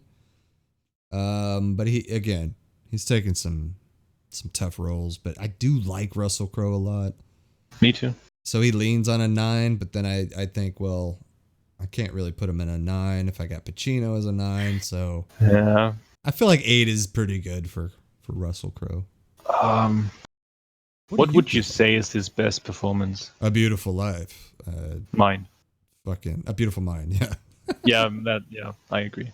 Yeah, A Beautiful Mind. I love him in Gladiator, though. And I like him in Gladiator, but I never thought that was. I don't think he should have got the Oscar for Gladiator. Maybe not. Yeah, I feel like. I mean, I thought it was like. I was happy that he got it because I love that role, but A Beautiful Mind, I thought he acted his ass off. That is true. That was like around 2000. Those were his years. It was big. Yeah, because the next year he was nominated for Cinderella Man, and he's really good in that too. And The Insider was also around that time. Yeah, I really like him in The Insider. I don't. No, it's just I don't like The Insider that much. But, I don't think you like Michael Mann. Although, but you like Heat. You like Heat. Yeah, because Heat is exciting and fun. You know, The Insider is not. Okay, so I think exciting. An 8 is fine. So exciting. 8 is fine. Okay. Okay, this is a big one. Joaquin Phoenix. 10. Yeah, I have to agree because the best example I can think of why he's a 10 is even in movies that I don't like, he's still fucking amazing. So The Master. Yes. And yeah, we don't have to talk about Joker. Because that performance alone in The Master is a performance that a lot of actors will never be able to touch of how good he was in The Master. True. So, yeah. He is very good at playing broken people. Yeah, well, I think he's a little broken. That might be true. Did you ever hear the phone call when his brother died? Did you ever hear that? No. It's pretty, yeah, because you can actually listen to it. He was there with him when River Phoenix died. Oh yeah, I heard about that. Yeah, I didn't know there's a recording of. There's a recording. You could tell it's his God. voice, and you can hear that his "Please come, please come." He's gonna die, and it's like I can't listen to that. No way. Yeah, you can tell he's got some scars there. So, well, understandably. Okay. Next one's interesting. He's the director as well. Mel Gibson. Ooh. Just likability alone is a 10. No, right.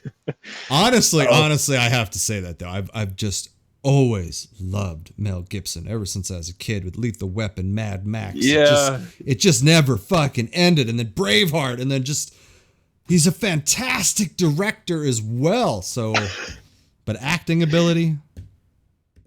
I mean, he's not bad, but I would go. Look, if I'm gonna judge on acting ability, I would go maybe 8. But no, I don't think he's bad because he takes roles that are good for him.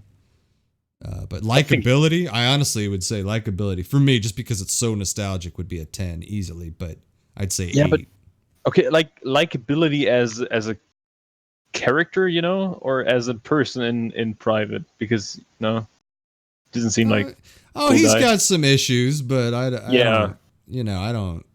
I mean, yeah, I'm not a hater. I like Mel Gibson a lot, actually, which is, sometimes you. Anytime there's some sacred rules in Hollywood, and one of the things in Hollywood you can't discuss is, Jewish stuff. If you talk about any of that shit in Hollywood, then backlash is gonna come. But I never thought he said anything fucking too bad. He had some issues with his ex-woman and shit, but. And with alcohol, but no, I could really give a fuck as long as he's not raping and molesting people. Then I don't really care. Yeah, I'm fine. Yeah, I think he's a good 7 or no, maybe he's a 6 as an actor. I think Braveheart is kind of his peak, and that's not even that crazy. So we meet in the middle at 7. So 6.5.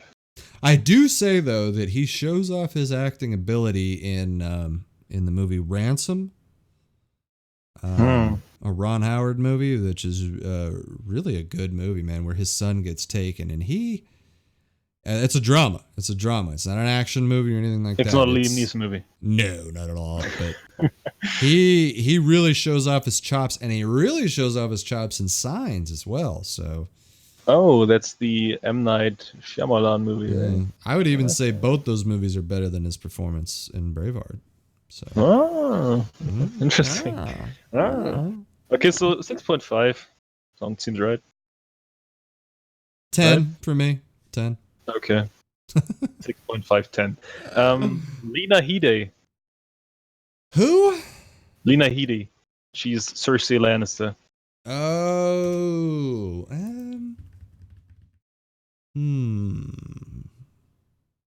Plays a good bitch, that's for sure. Have you seen Dredd? I did like her in Dredd. I like Dredd. Yeah. I like Dredd.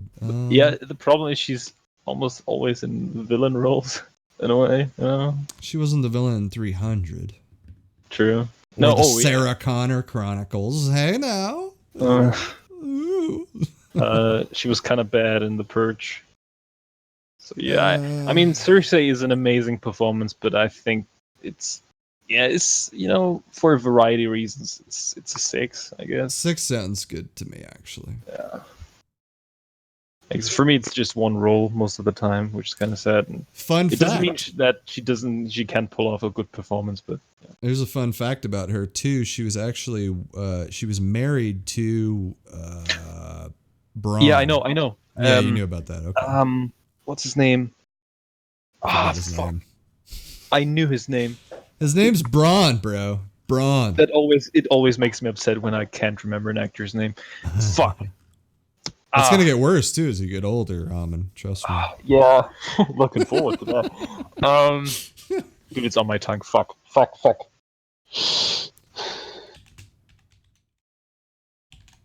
Ugh. He was in John Wick 3. I know his name. Fuck. Okay, we should probably just move on, but yeah. You don't remember his name? No. It's driving you crazy? No, it's not Jeremy, or is it? No. I'm telling you, man, it's Bronn. Okay, wait. I have to Google. I'm sorry. Don't Google it. Okay. I won't Google it. I'm already on it, so you need to. I know it. It starts with a J. Is it Jeremy? No. Is it? No. It's Jerome. Jerome Flynn. Okay. There you go. Damn. Okay. Next one. Matthew McConaughey. I like me some McConaughey. I'd go. He is really, really good. Yeah. I don't like Dallas Buyers Club as a movie, but he's good in it. Yeah, you mentioned that. You weren't. And but I know you're a big fan of True Detective. Huge fan. Yeah, his role is amazing. Just his monologues as Russ Cole were fantastic. Yeah, and dude, in the end, he has that heartbreaking scene with Woody Harrelson in front of the hospital and stuff. That's just I'm actually supreme acting. I'm gonna be watching season 3 probably pretty soon. Oh, but I kind of want to watch season 1 again, so I might do that. Yeah, always a good watch. I think I'm gonna give him a 9. I will agree with that. Yeah. Okay, that's cool. Because I really like him in Interstellar as well. I know Interstellar is not. Wasn't there? Yeah, I know that crying scene is a meme, but man, that scene is fucking great. It is. He was in a lot of law dramas. Yeah. As well, and I have to see Dazed and Confused. all right. Yeah. And he's not in. Sometimes I confuse his role in Dazed and Confused with Nicolas Cage in Raising Arizona. Totally I don't know different. why they. Yeah, they kind of look similar. That's really. Weird. I know, but if you haven't seen those movies, it's kind of It's funny. Okay. Nicolas Cage popped in my head the other day because there was a movie on the tip of my tongue and I couldn't remember. But this movie's called Amos and Andrew. If you ever get a chance to see that, it's a good Nicolas Cage, and Samuel L. Jackson's in it too. They're both. Oh, he's in everything. yeah. Because it was one of those when we were talking about Samuel L. Jackson. Like that was a movie that I was thinking about, but I couldn't remember it. So for some reason, it has a 5.7 on IMDb. Don't listen to those people. They don't know what the fuck they're talking about. You know. Oh, Brett Dourif is in it. Okay. I mean, you can't go wrong with Brett Dourif. Okay, it's on my watch list, but it's not high on priority. There we go. All right, next one, Margot Robbie. I think the first role she really shined in was I, Tonya. Tanya, yeah, for sure. She's really good in that. She's really good in that. Yeah, really. I gotta give her some credit for Harley Quinn, even though I hate her. But no, it's not a bad performance by her. Just the character is super annoying. You really don't like that, hey, no. Mr. J, ow. Yeah, and I hate that movie. You know that. Yeah. I mean, her performance in Once Upon a Time is not worth talking about. I think her performance in Wolf of Wall Street was more significant. The problem is Wolf of Wall Street is so long ago. Mm. So I don't know. We should watch that again. That's what Yeah, we I should know. do. Just watch that twice a day for the rest of our lives. I think Margot Robbie is a 7, but she has lots of potential. And Wolf of Wall Street too. A sneaky great performance by Matthew McConaughey in that one scene. I love him in that one scene, dude. That one scene, yeah. I'd go 8 on Margot Robbie. Oh, 8. okay.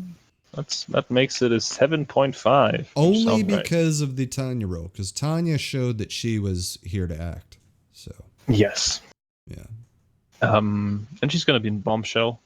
So I really kind of want to see that movie. I'm kind of excited to watch Bombshell because those 3 women are pretty good. Because I keep saying Nicole Kidman continues to just be really, really good for me. She also kind of revived her career the last few years. That's cool. Yeah. Okay, next one is a weaker one. Michael Pena. Michael Pena is the end of watch, right? Yeah, he's not an actor. He's not doing a lot of movies where, he's not doing acting movies most of the time. So he's in a lot of stuff though too. That is true. But yeah, a lot of side roles. I don't like him in Ant-Man, but generally I like him. I honestly love that scene in Ant-Man when he's doing the. It is super stupid, but it's I love that. It's kind of funny. I don't know. He's a cool dude, but actor, nah. I have to see Narcos Mexico probably. That looks good. Dude. When I turn on Netflix, and I'm scrolling and shit, I always kind of stop and look at the trailer. Yeah, because it's a serious role for him. It's definitely on my list because even Diego Luna looks like he's pretty good in that. Yeah, but it's with Pena. It's the problem. He's a comedy actor, He was good in End of Watch. That's true. Probably the one that I would point to, but I just feel like he fits. Like he's good at fitting with the roles that he is in. Like I don't think he's ever bad. No, not at all. But I'd go maybe a 6 or a 7 for Pena. I would say 5. Because I've actually, there's not one performance by him where I ever say, dude, that's crazy. There's no, Tonya Harding. I only go End of Watch, and he gets a 6 because of End of Watch for me. Because I do, both of them, you just felt this brotherhood between the two of them. That movie gives me chills. It is an emotional movie. Yeah, it gives me chills when I think about that movie because it was so sad. That movie. It is, yeah. And it isn't kind of strange that it's a David Ayer movie. It's so fucking weird. It's his only good one. Oh my god. Okay, so you're going for a 6. I'd go 6, yeah. Okay, so he's a 5.5. Yeah, that sounds good. Colin Farrell. Good old Colin Farrell. I always liked him, even though in the beginning of his career he was kind of shit. I've always liked him too. He has made some bad, terrible fucking decisions in some bad movies. Yeah, I'd say Miami Vice. No, the worst performance you will ever see is Alexander. It's one of the worst movies ever made. I haven't seen it, but the battle sequences look good. Oh, of course they do, but oh my god, that movie is not worth it. It's terrible. I've tried to watch that movie 3 times. I've watched it all the way through because I'm an Oliver Stone guy. So I'm like, maybe it's just me. Maybe I fucking had to take a shit that day and I was annoyed. But no, it's not that. It's just his performance is fucking terrible in that movie. Terrible. Yeah, I've seen a glimpse of it. But he has delivered some really good fucking performances lately with The Lobster, The Killing of a Sacred Deer, and his performance on True Detective. And for me, he's the best part about Fantastic Beasts 1. It ended You mean Johnny Depp? Right. Disguised Johnny. Dude, I hate that. And from the he looks. Have you seen the trailer for Gentleman, for the Guy Ritchie movie? No, that's the Matthew McConaughey. and Colin Farrell and Hugh Grant, and they all look really good in that. God damn it! You told me about that, and I forgot to watch the trailer to that. Yeah, okay. It's a good one. Charlie Hunnam as well. Yeah. And this is kind of a return to form for Guy Ritchie, right? Yes. Okay, good. English gangster bullshit. About fucking time. Yes. After Aladdin, you know. Okay, you gotta pay the bills. You know, you gotta pay the bills. Yeah. Colin Farrell is, I like him a lot, but 7, I think. I honestly think 7's pretty generous, but I agree with you because there's but like also 7 Psychopaths is pretty good, and In Bruges is pretty good. Which is probably the turning point for his his acting career. Yes, In Bruges was the turning point. So he gets lots of sympathy points from me. But yeah, 7 is fine. I feel like he's still clawing out of the bad roles too. I feel like people still don't really take him seriously. So hopefully he's good in the Batman. Oh yeah, he's gonna be in that. Yeah, and in Gentleman. Yeah. Okay, so 7 overall. Yeah, that sounds pretty good. I mean, I would say 6 almost in a way, but the likability, because I just really like Colin Farrell. So yeah. Yeah. Next one of my favorite actresses, Michelle Monaghan. That's the Mission Impossible 3 gal. What? Sorry, I'm drawing a blank. Oh yeah. I'm Kiss Bang Bang, True Detective, Mission Impossible. She's just really cool. Oh yeah. Source Code. Source Code was more forgettable than I thought. Mm-hmm. I don't know why. Just didn't stick to me. But yeah, Monaghan, she's really cool. I like her a lot. I like just seeing her in movies. She was, dude, in Kiss Bang Bang, she's amazing. I'm glad you like that movie. I'm really happy. Yeah, it's just good fun. Happy to hear that you enjoyed that movie, man. Gay Perry. Yeah. There's some amazing scenes with Val Kilmer, and like, I mean, it's not his last role, but it kind of feels like it, you know. It's like I said, I felt like that was his last. Like that's the last time you're gonna see the cool. Yeah, and he's so cool. Yeah, good movie. I think Michelle Monaghan is also 7 for me. Yeah, I'd go 7 because I like I've seen her in I watched her a lot in that show The Path, which got canceled by Hulu unfortunately, but she was really good in that. Alongside Aaron Paul. It's too bad. Yeah.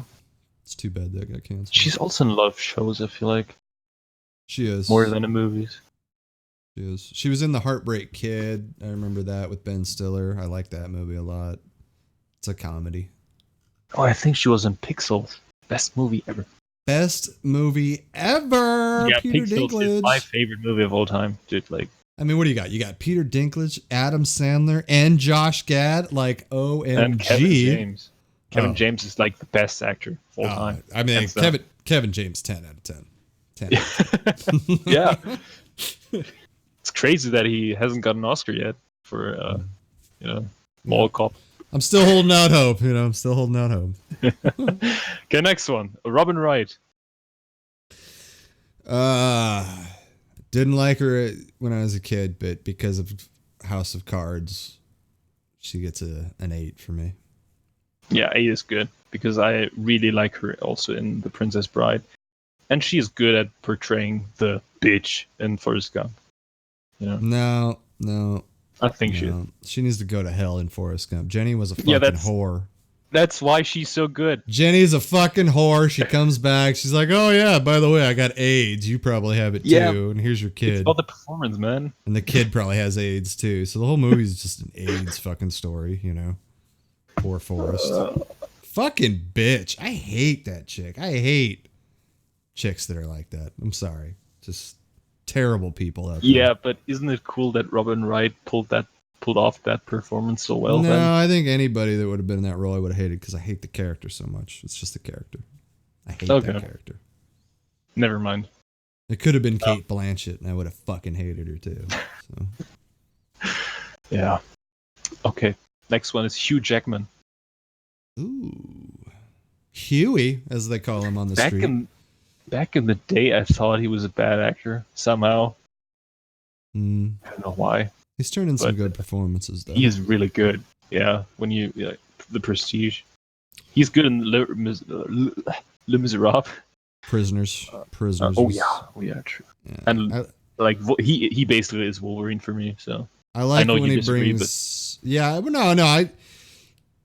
My thing with him and Wolverine is this: like, I think people need to let it go. That's my thing. Like, I think he was probably the best thing about those terrible movies. So. And Logan was really good. Logan was good, but that one was a tough one for me because I prefer the comic. Yeah, I know. Remember, man, in the comic, you have a blind Hawkeye with him. It's so good. So good. I just think that Hugh Jackman is also in a lot of trash. He is in a lot of trash, yeah. Dude, yes. I hate The Greatest Showman. A lot of people don't like the Baz Luhrmann movie, Australia. Did you ever see that? That long-ass movie, Australia, with him and Nicole Kidman? No, I have not. I actually liked that movie, and a lot of people hated it. I don't think I know that one, actually. Yeah, it kind of came and went. It's very long. It's like a 3-hour fucking epic movie about Australia. Exciting. But it kind of centers around this whiny-ass Aboriginal kid, so I think that's why people don't like it that much. Nobody likes whiny kids. Yeah. So yeah, I think even though I love him in The Prestige and Prisoners, he's a 7. I go good. 8. I'm gonna go 8.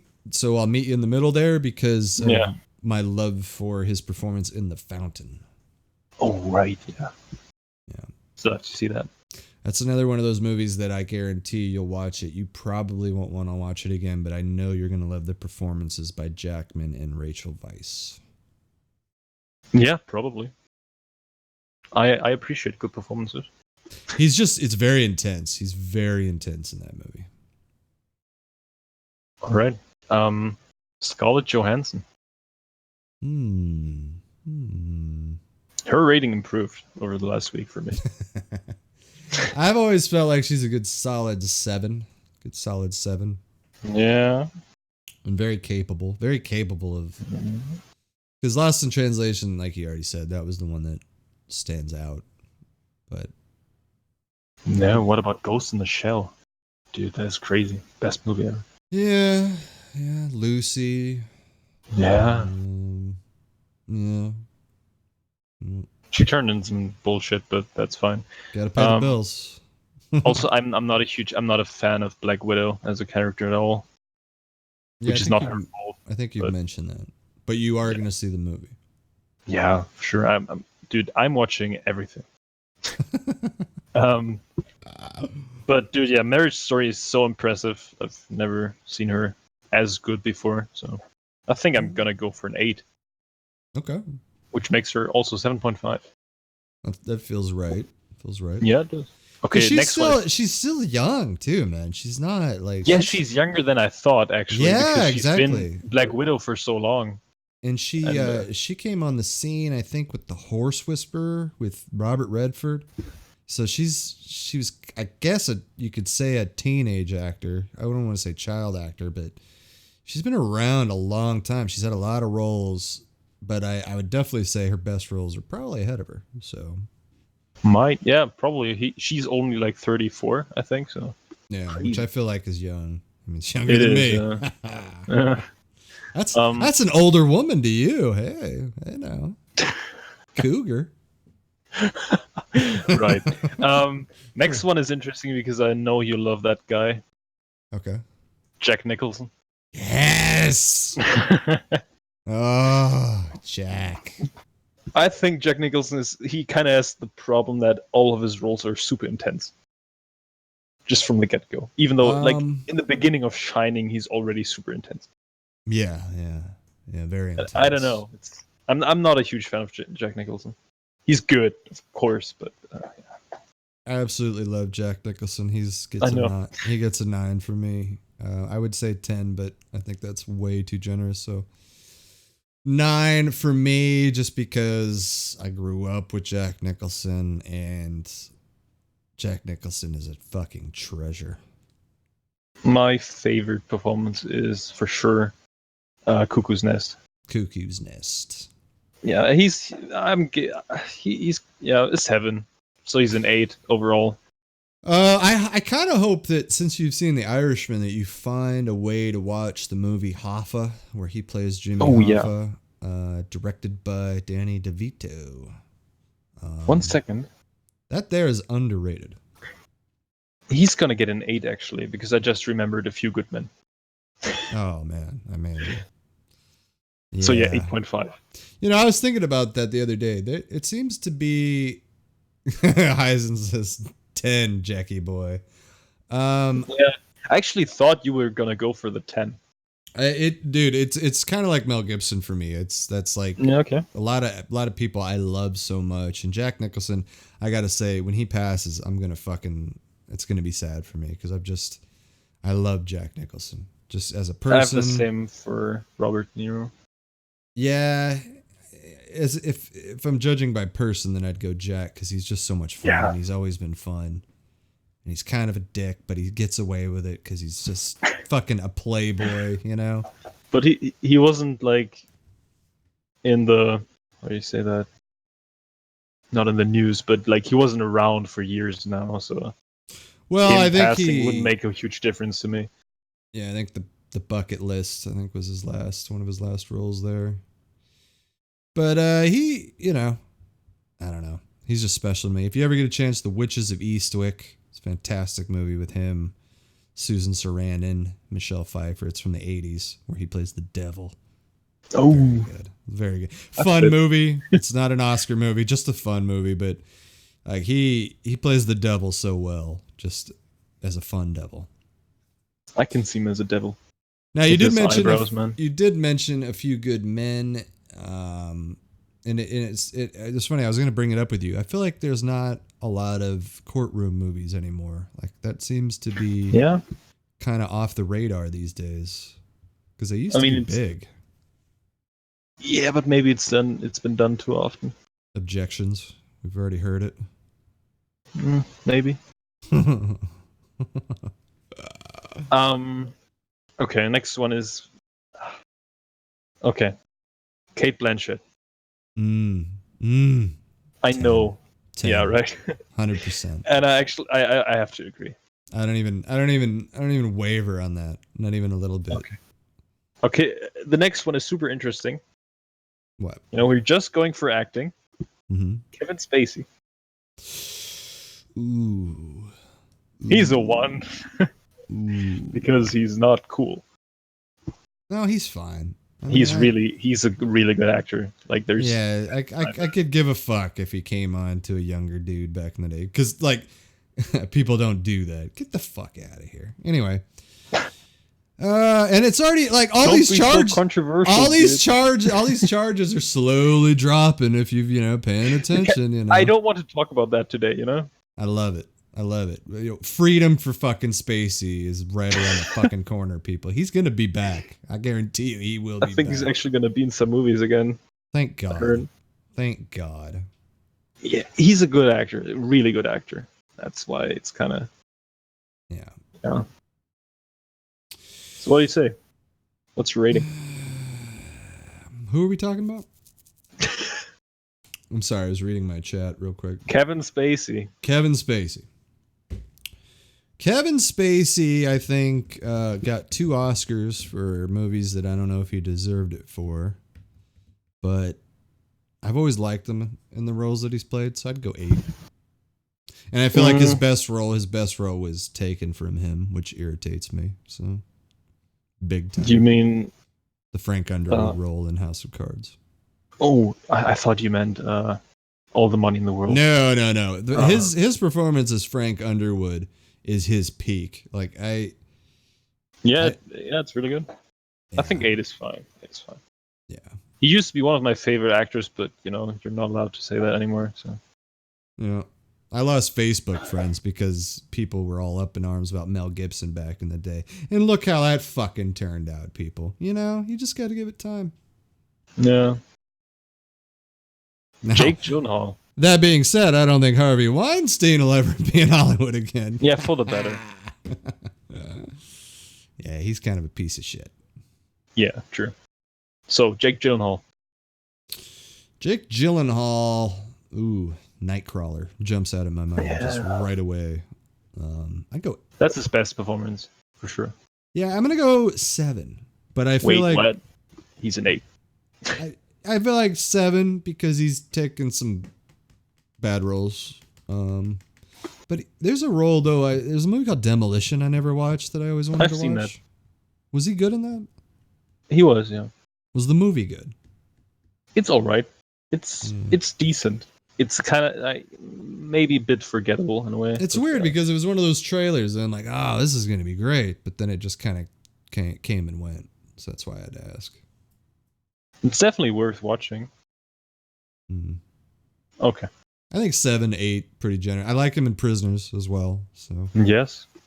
And I really liked him in Zodiac. I like him in Zodiac. So Donnie Darko. And I think you said Zodiac. I think you said Zodiac has a great first half, but the second half not so much. And I think that's pretty. But the second half is mostly Jake Gyllenhaal, right? Mm-hmm. Yeah, maybe that's the reason. I think it just drags on too long. Zodiac. It does, yeah. Yeah. Next one is also an actor who was in my favorite actors list for a while. Before I discovered Robert De Niro, Mm-hmm. Michael Fassbender. Oh yeah, I like me some Fassbender. He is amazing, but he's also not in a lot of good stuff lately. Mm-hmm. I feel like he was good in Macbeth. I liked him in Macbeth. I've never seen Eden Lake, but I heard that's a pretty good movie. I heard that was good, and The Light Between Oceans I heard was pretty good. He was really good in Shame. He should have got nominated for Shame, but he didn't. That movie's another uncomfortable, hard one to get through. But him and Carey Mulligan. Shame. That's on my watch list. Yeah. It's kind of a tough one, kind of unnerving a little bit, but nothing too extreme. But it's just kind of you kind of sit there afterwards. You're like, did I like that? I don't know. I mean, but for me, he's an 8. Fassbender. I really like him as Magneto. I do too. I really like him in Inglourious Bastards, even though he has one scene. Like, I know people, if they had their choice of X-Men's, if they could port over to the MCU, it would be Wolverine. But my hands down would be Michael Fassbender. I just got rated. Thank you so much. Totally caught me off guard, dude. Wow! Congrats, Scordello. Yeah, my good friend Scordello. We were just rating some actors from 1 to 10, which is kind of obnoxious, but it's fun, so we're doing it. Thanks for the follow, man. Much appreciated. Hell yeah. My alerts are way too loud. I can't hear myself talking. Yeah, you gotta turn those down sometimes. So yeah, Michael Fassbender. I think he's. You said 8, right? Yeah, 8 because I still think his best roles are probably ahead of him, and I've just liked him ever since I saw him.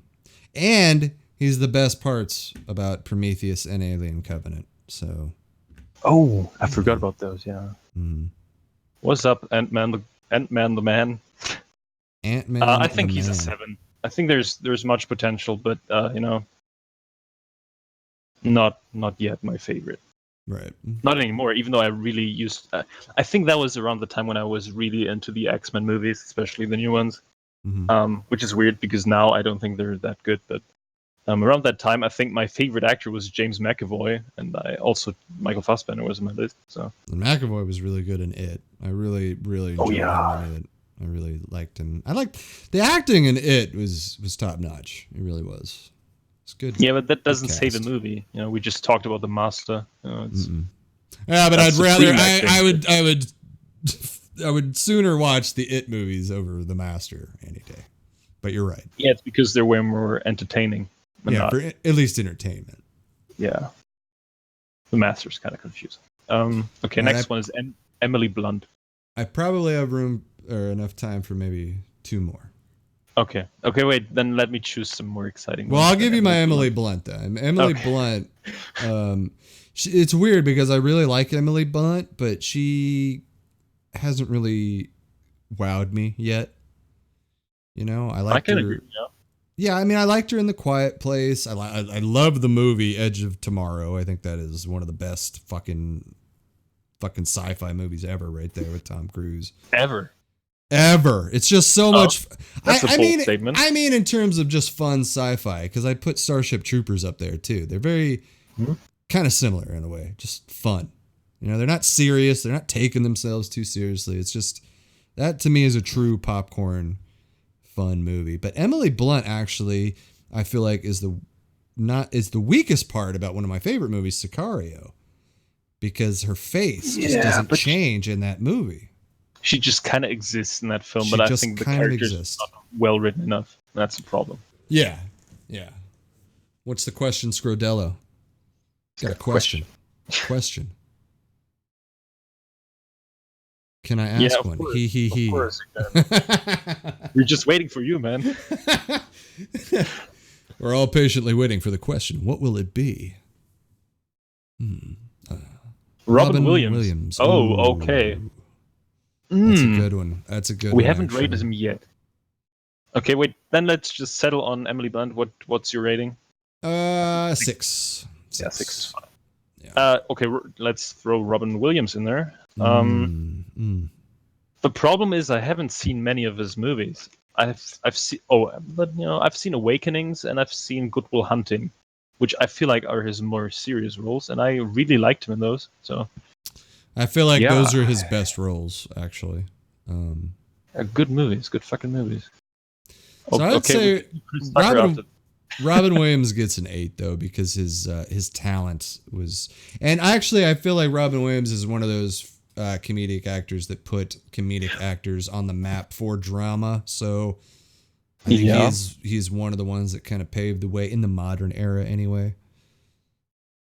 So yeah, I'd go 8 for the late great Robin Williams.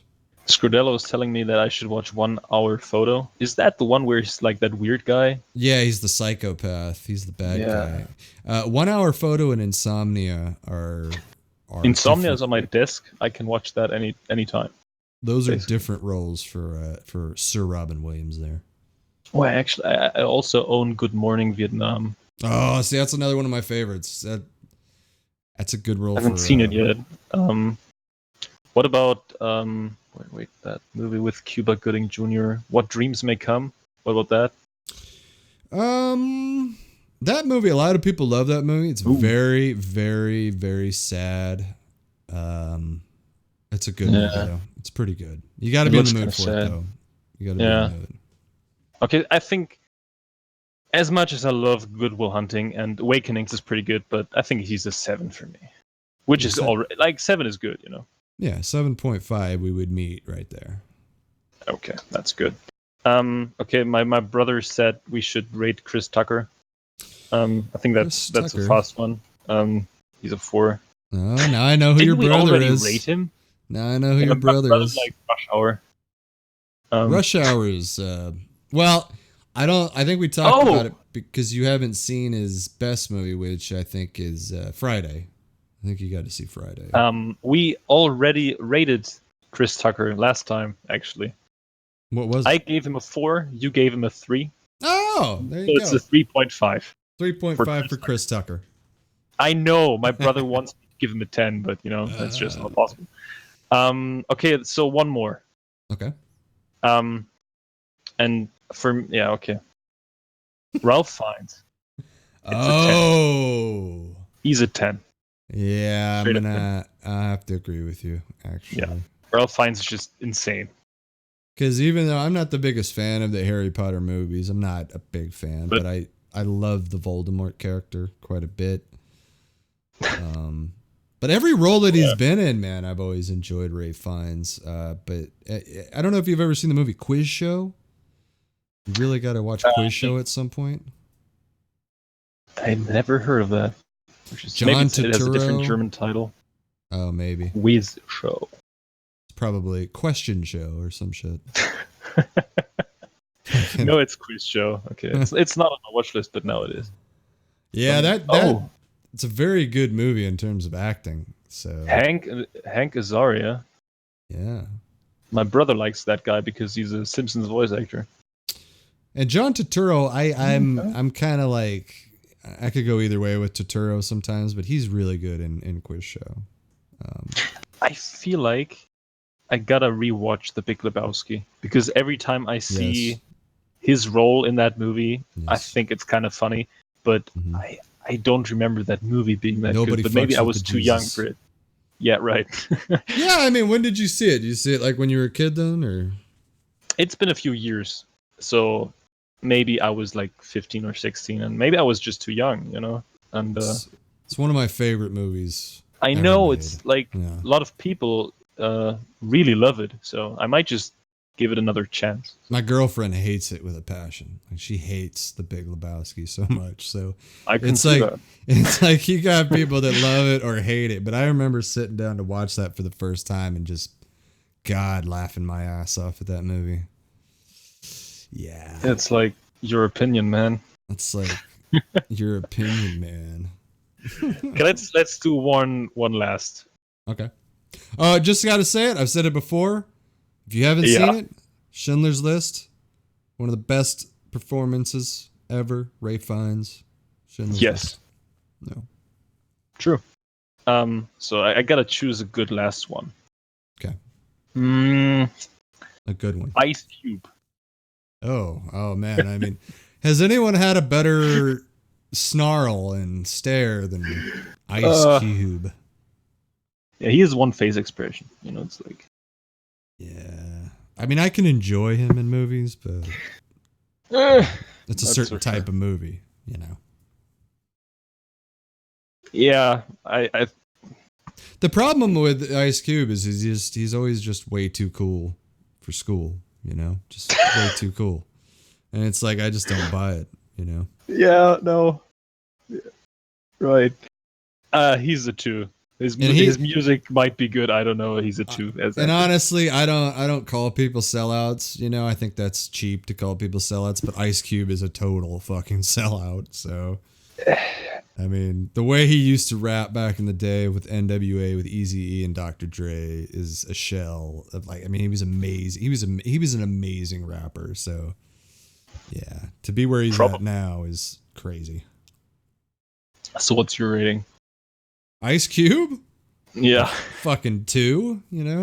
That's good. So and he only gets a 2 because I liked him in Friday. Like, that's... Oh, okay. That's about it. I don't know. He's fine in comedies. I can take Ice Cube in comedies. So. Yeah. I mean, he's okay in 21 Jump Street, I guess. Because he's not even that much in it. Oh, yeah, he's the chief, right? He's the sergeant or whatever? Yeah. Yeah. And I don't remember much of Boys in the Hood, because Boys in the Hood is way worse than Menace to Society and Lahane, you know.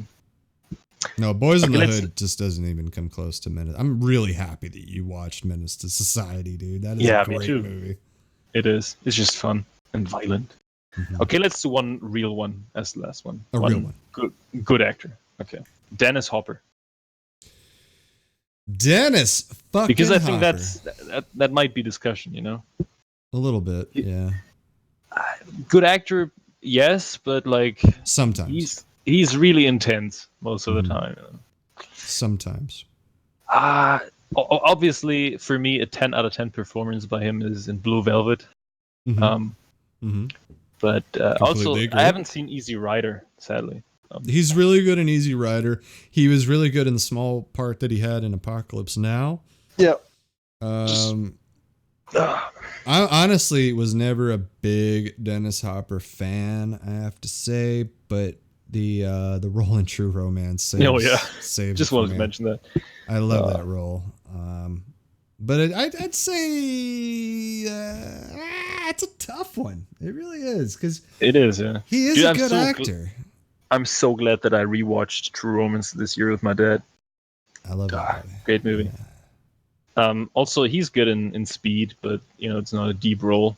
That scene though in True Romance is incredible for me when he's telling Christopher Walken that joke, because he's just trying to egg him on.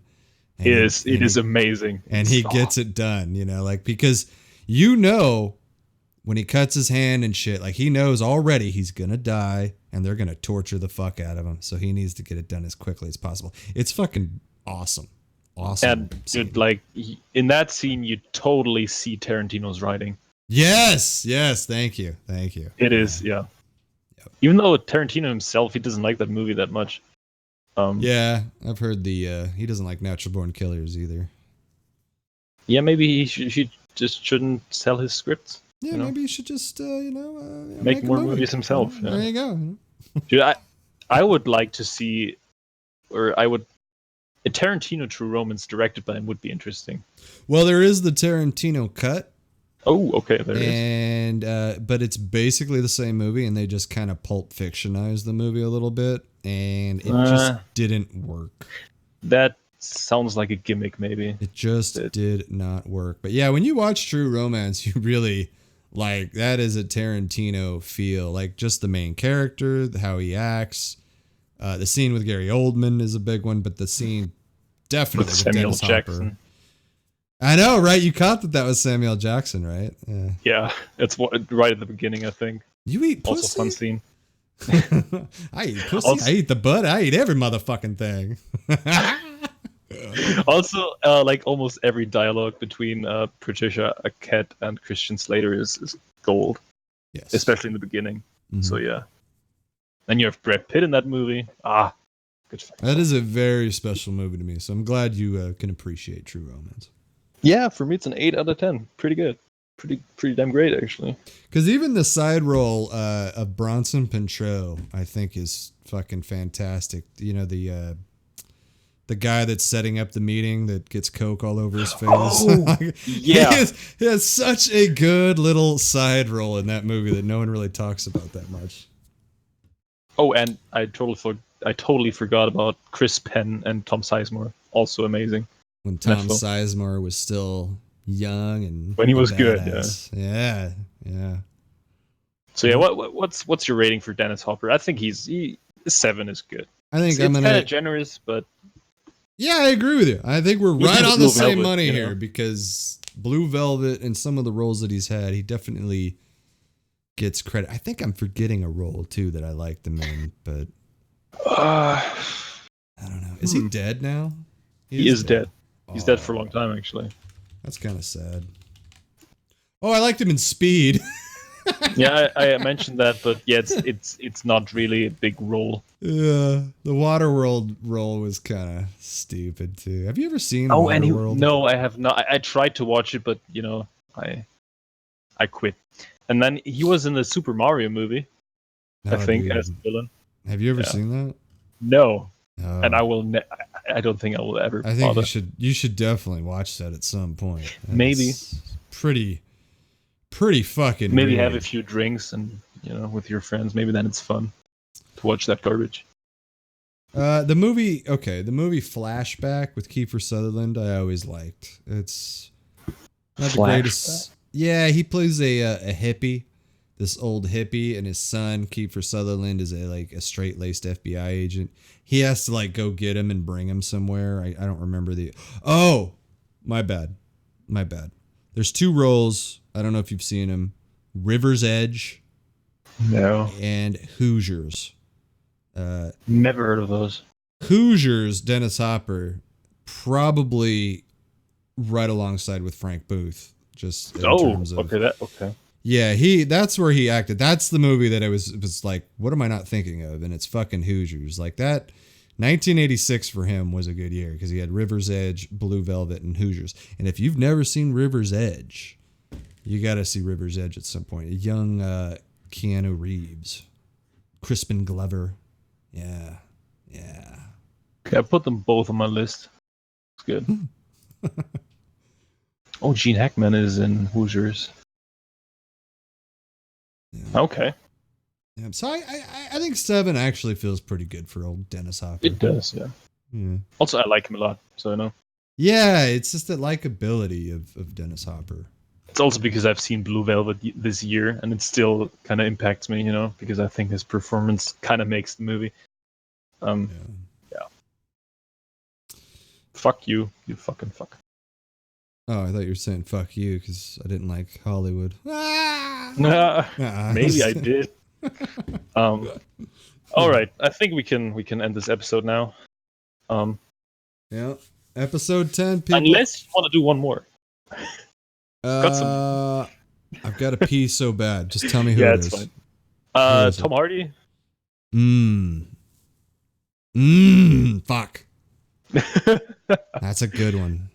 Okay, dude, wait then. Dude, I gotta go 9 honestly on Tom Hardy. Yeah, me too. I gotta go 9 on Tom Hardy based on The Revenant, Locke. There's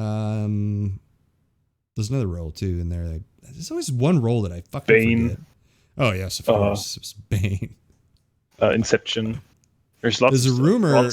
There's a rumor that Dave Bautista is going to Warner Brothers, and the rumor is that he's going to play Bane. I'd be fine with that. Okay, then one quick last one. Christophe Lambert. That's one. Man, Christopher Lambert. I know. Christophe. You know. I know somebody out there probably thinks he's the greatest. I gotta imagine there's a fan club of Lambert fans. You know, that's just because of Highlander. Honestly. Yeah. Highlander is the epitome of cult classic. It really is. Just like it didn't do shit at the box office, but man, I don't like that movie. Honestly, it's way too cheesy. It's in my blood. There's nothing I can do. It's one of those movies that my dad made me watch over and over. But that's fucking Christopher Lambert, dude. The Queen soundtrack is so good. Yeah, okay. Fair enough. Sean Connery as a... Fair enough. as a Spanish guy. But Clancy Brown, I feel like, has always been underrated. I like Clancy Brown a lot. Yeah, he's Mr. Krabs in SpongeBob, dude. I know. That's important. I know. So what's your rating on Lambert? 10 out of 10. No, I can't do that. I gotta go 5. What? I know. Actually, no, I'm gonna go 4 because he made Highlander, he made Gunman, and he made Fortress, and I like all those 3. I gotta go, dude. I'm sorry. Okay, that's fine. I'll give him a 3, and then he's like 3.5. That's fine. All right. Ladies and gentlemen, thank you for tuning in on us. Appreciate it. Amen. Thank you for showing up. See you next week. Later, bro. And hopefully all of you out there also see you next week. Better be there. Bye-bye. Peace. All right, ladies and gentlemen, have a good day.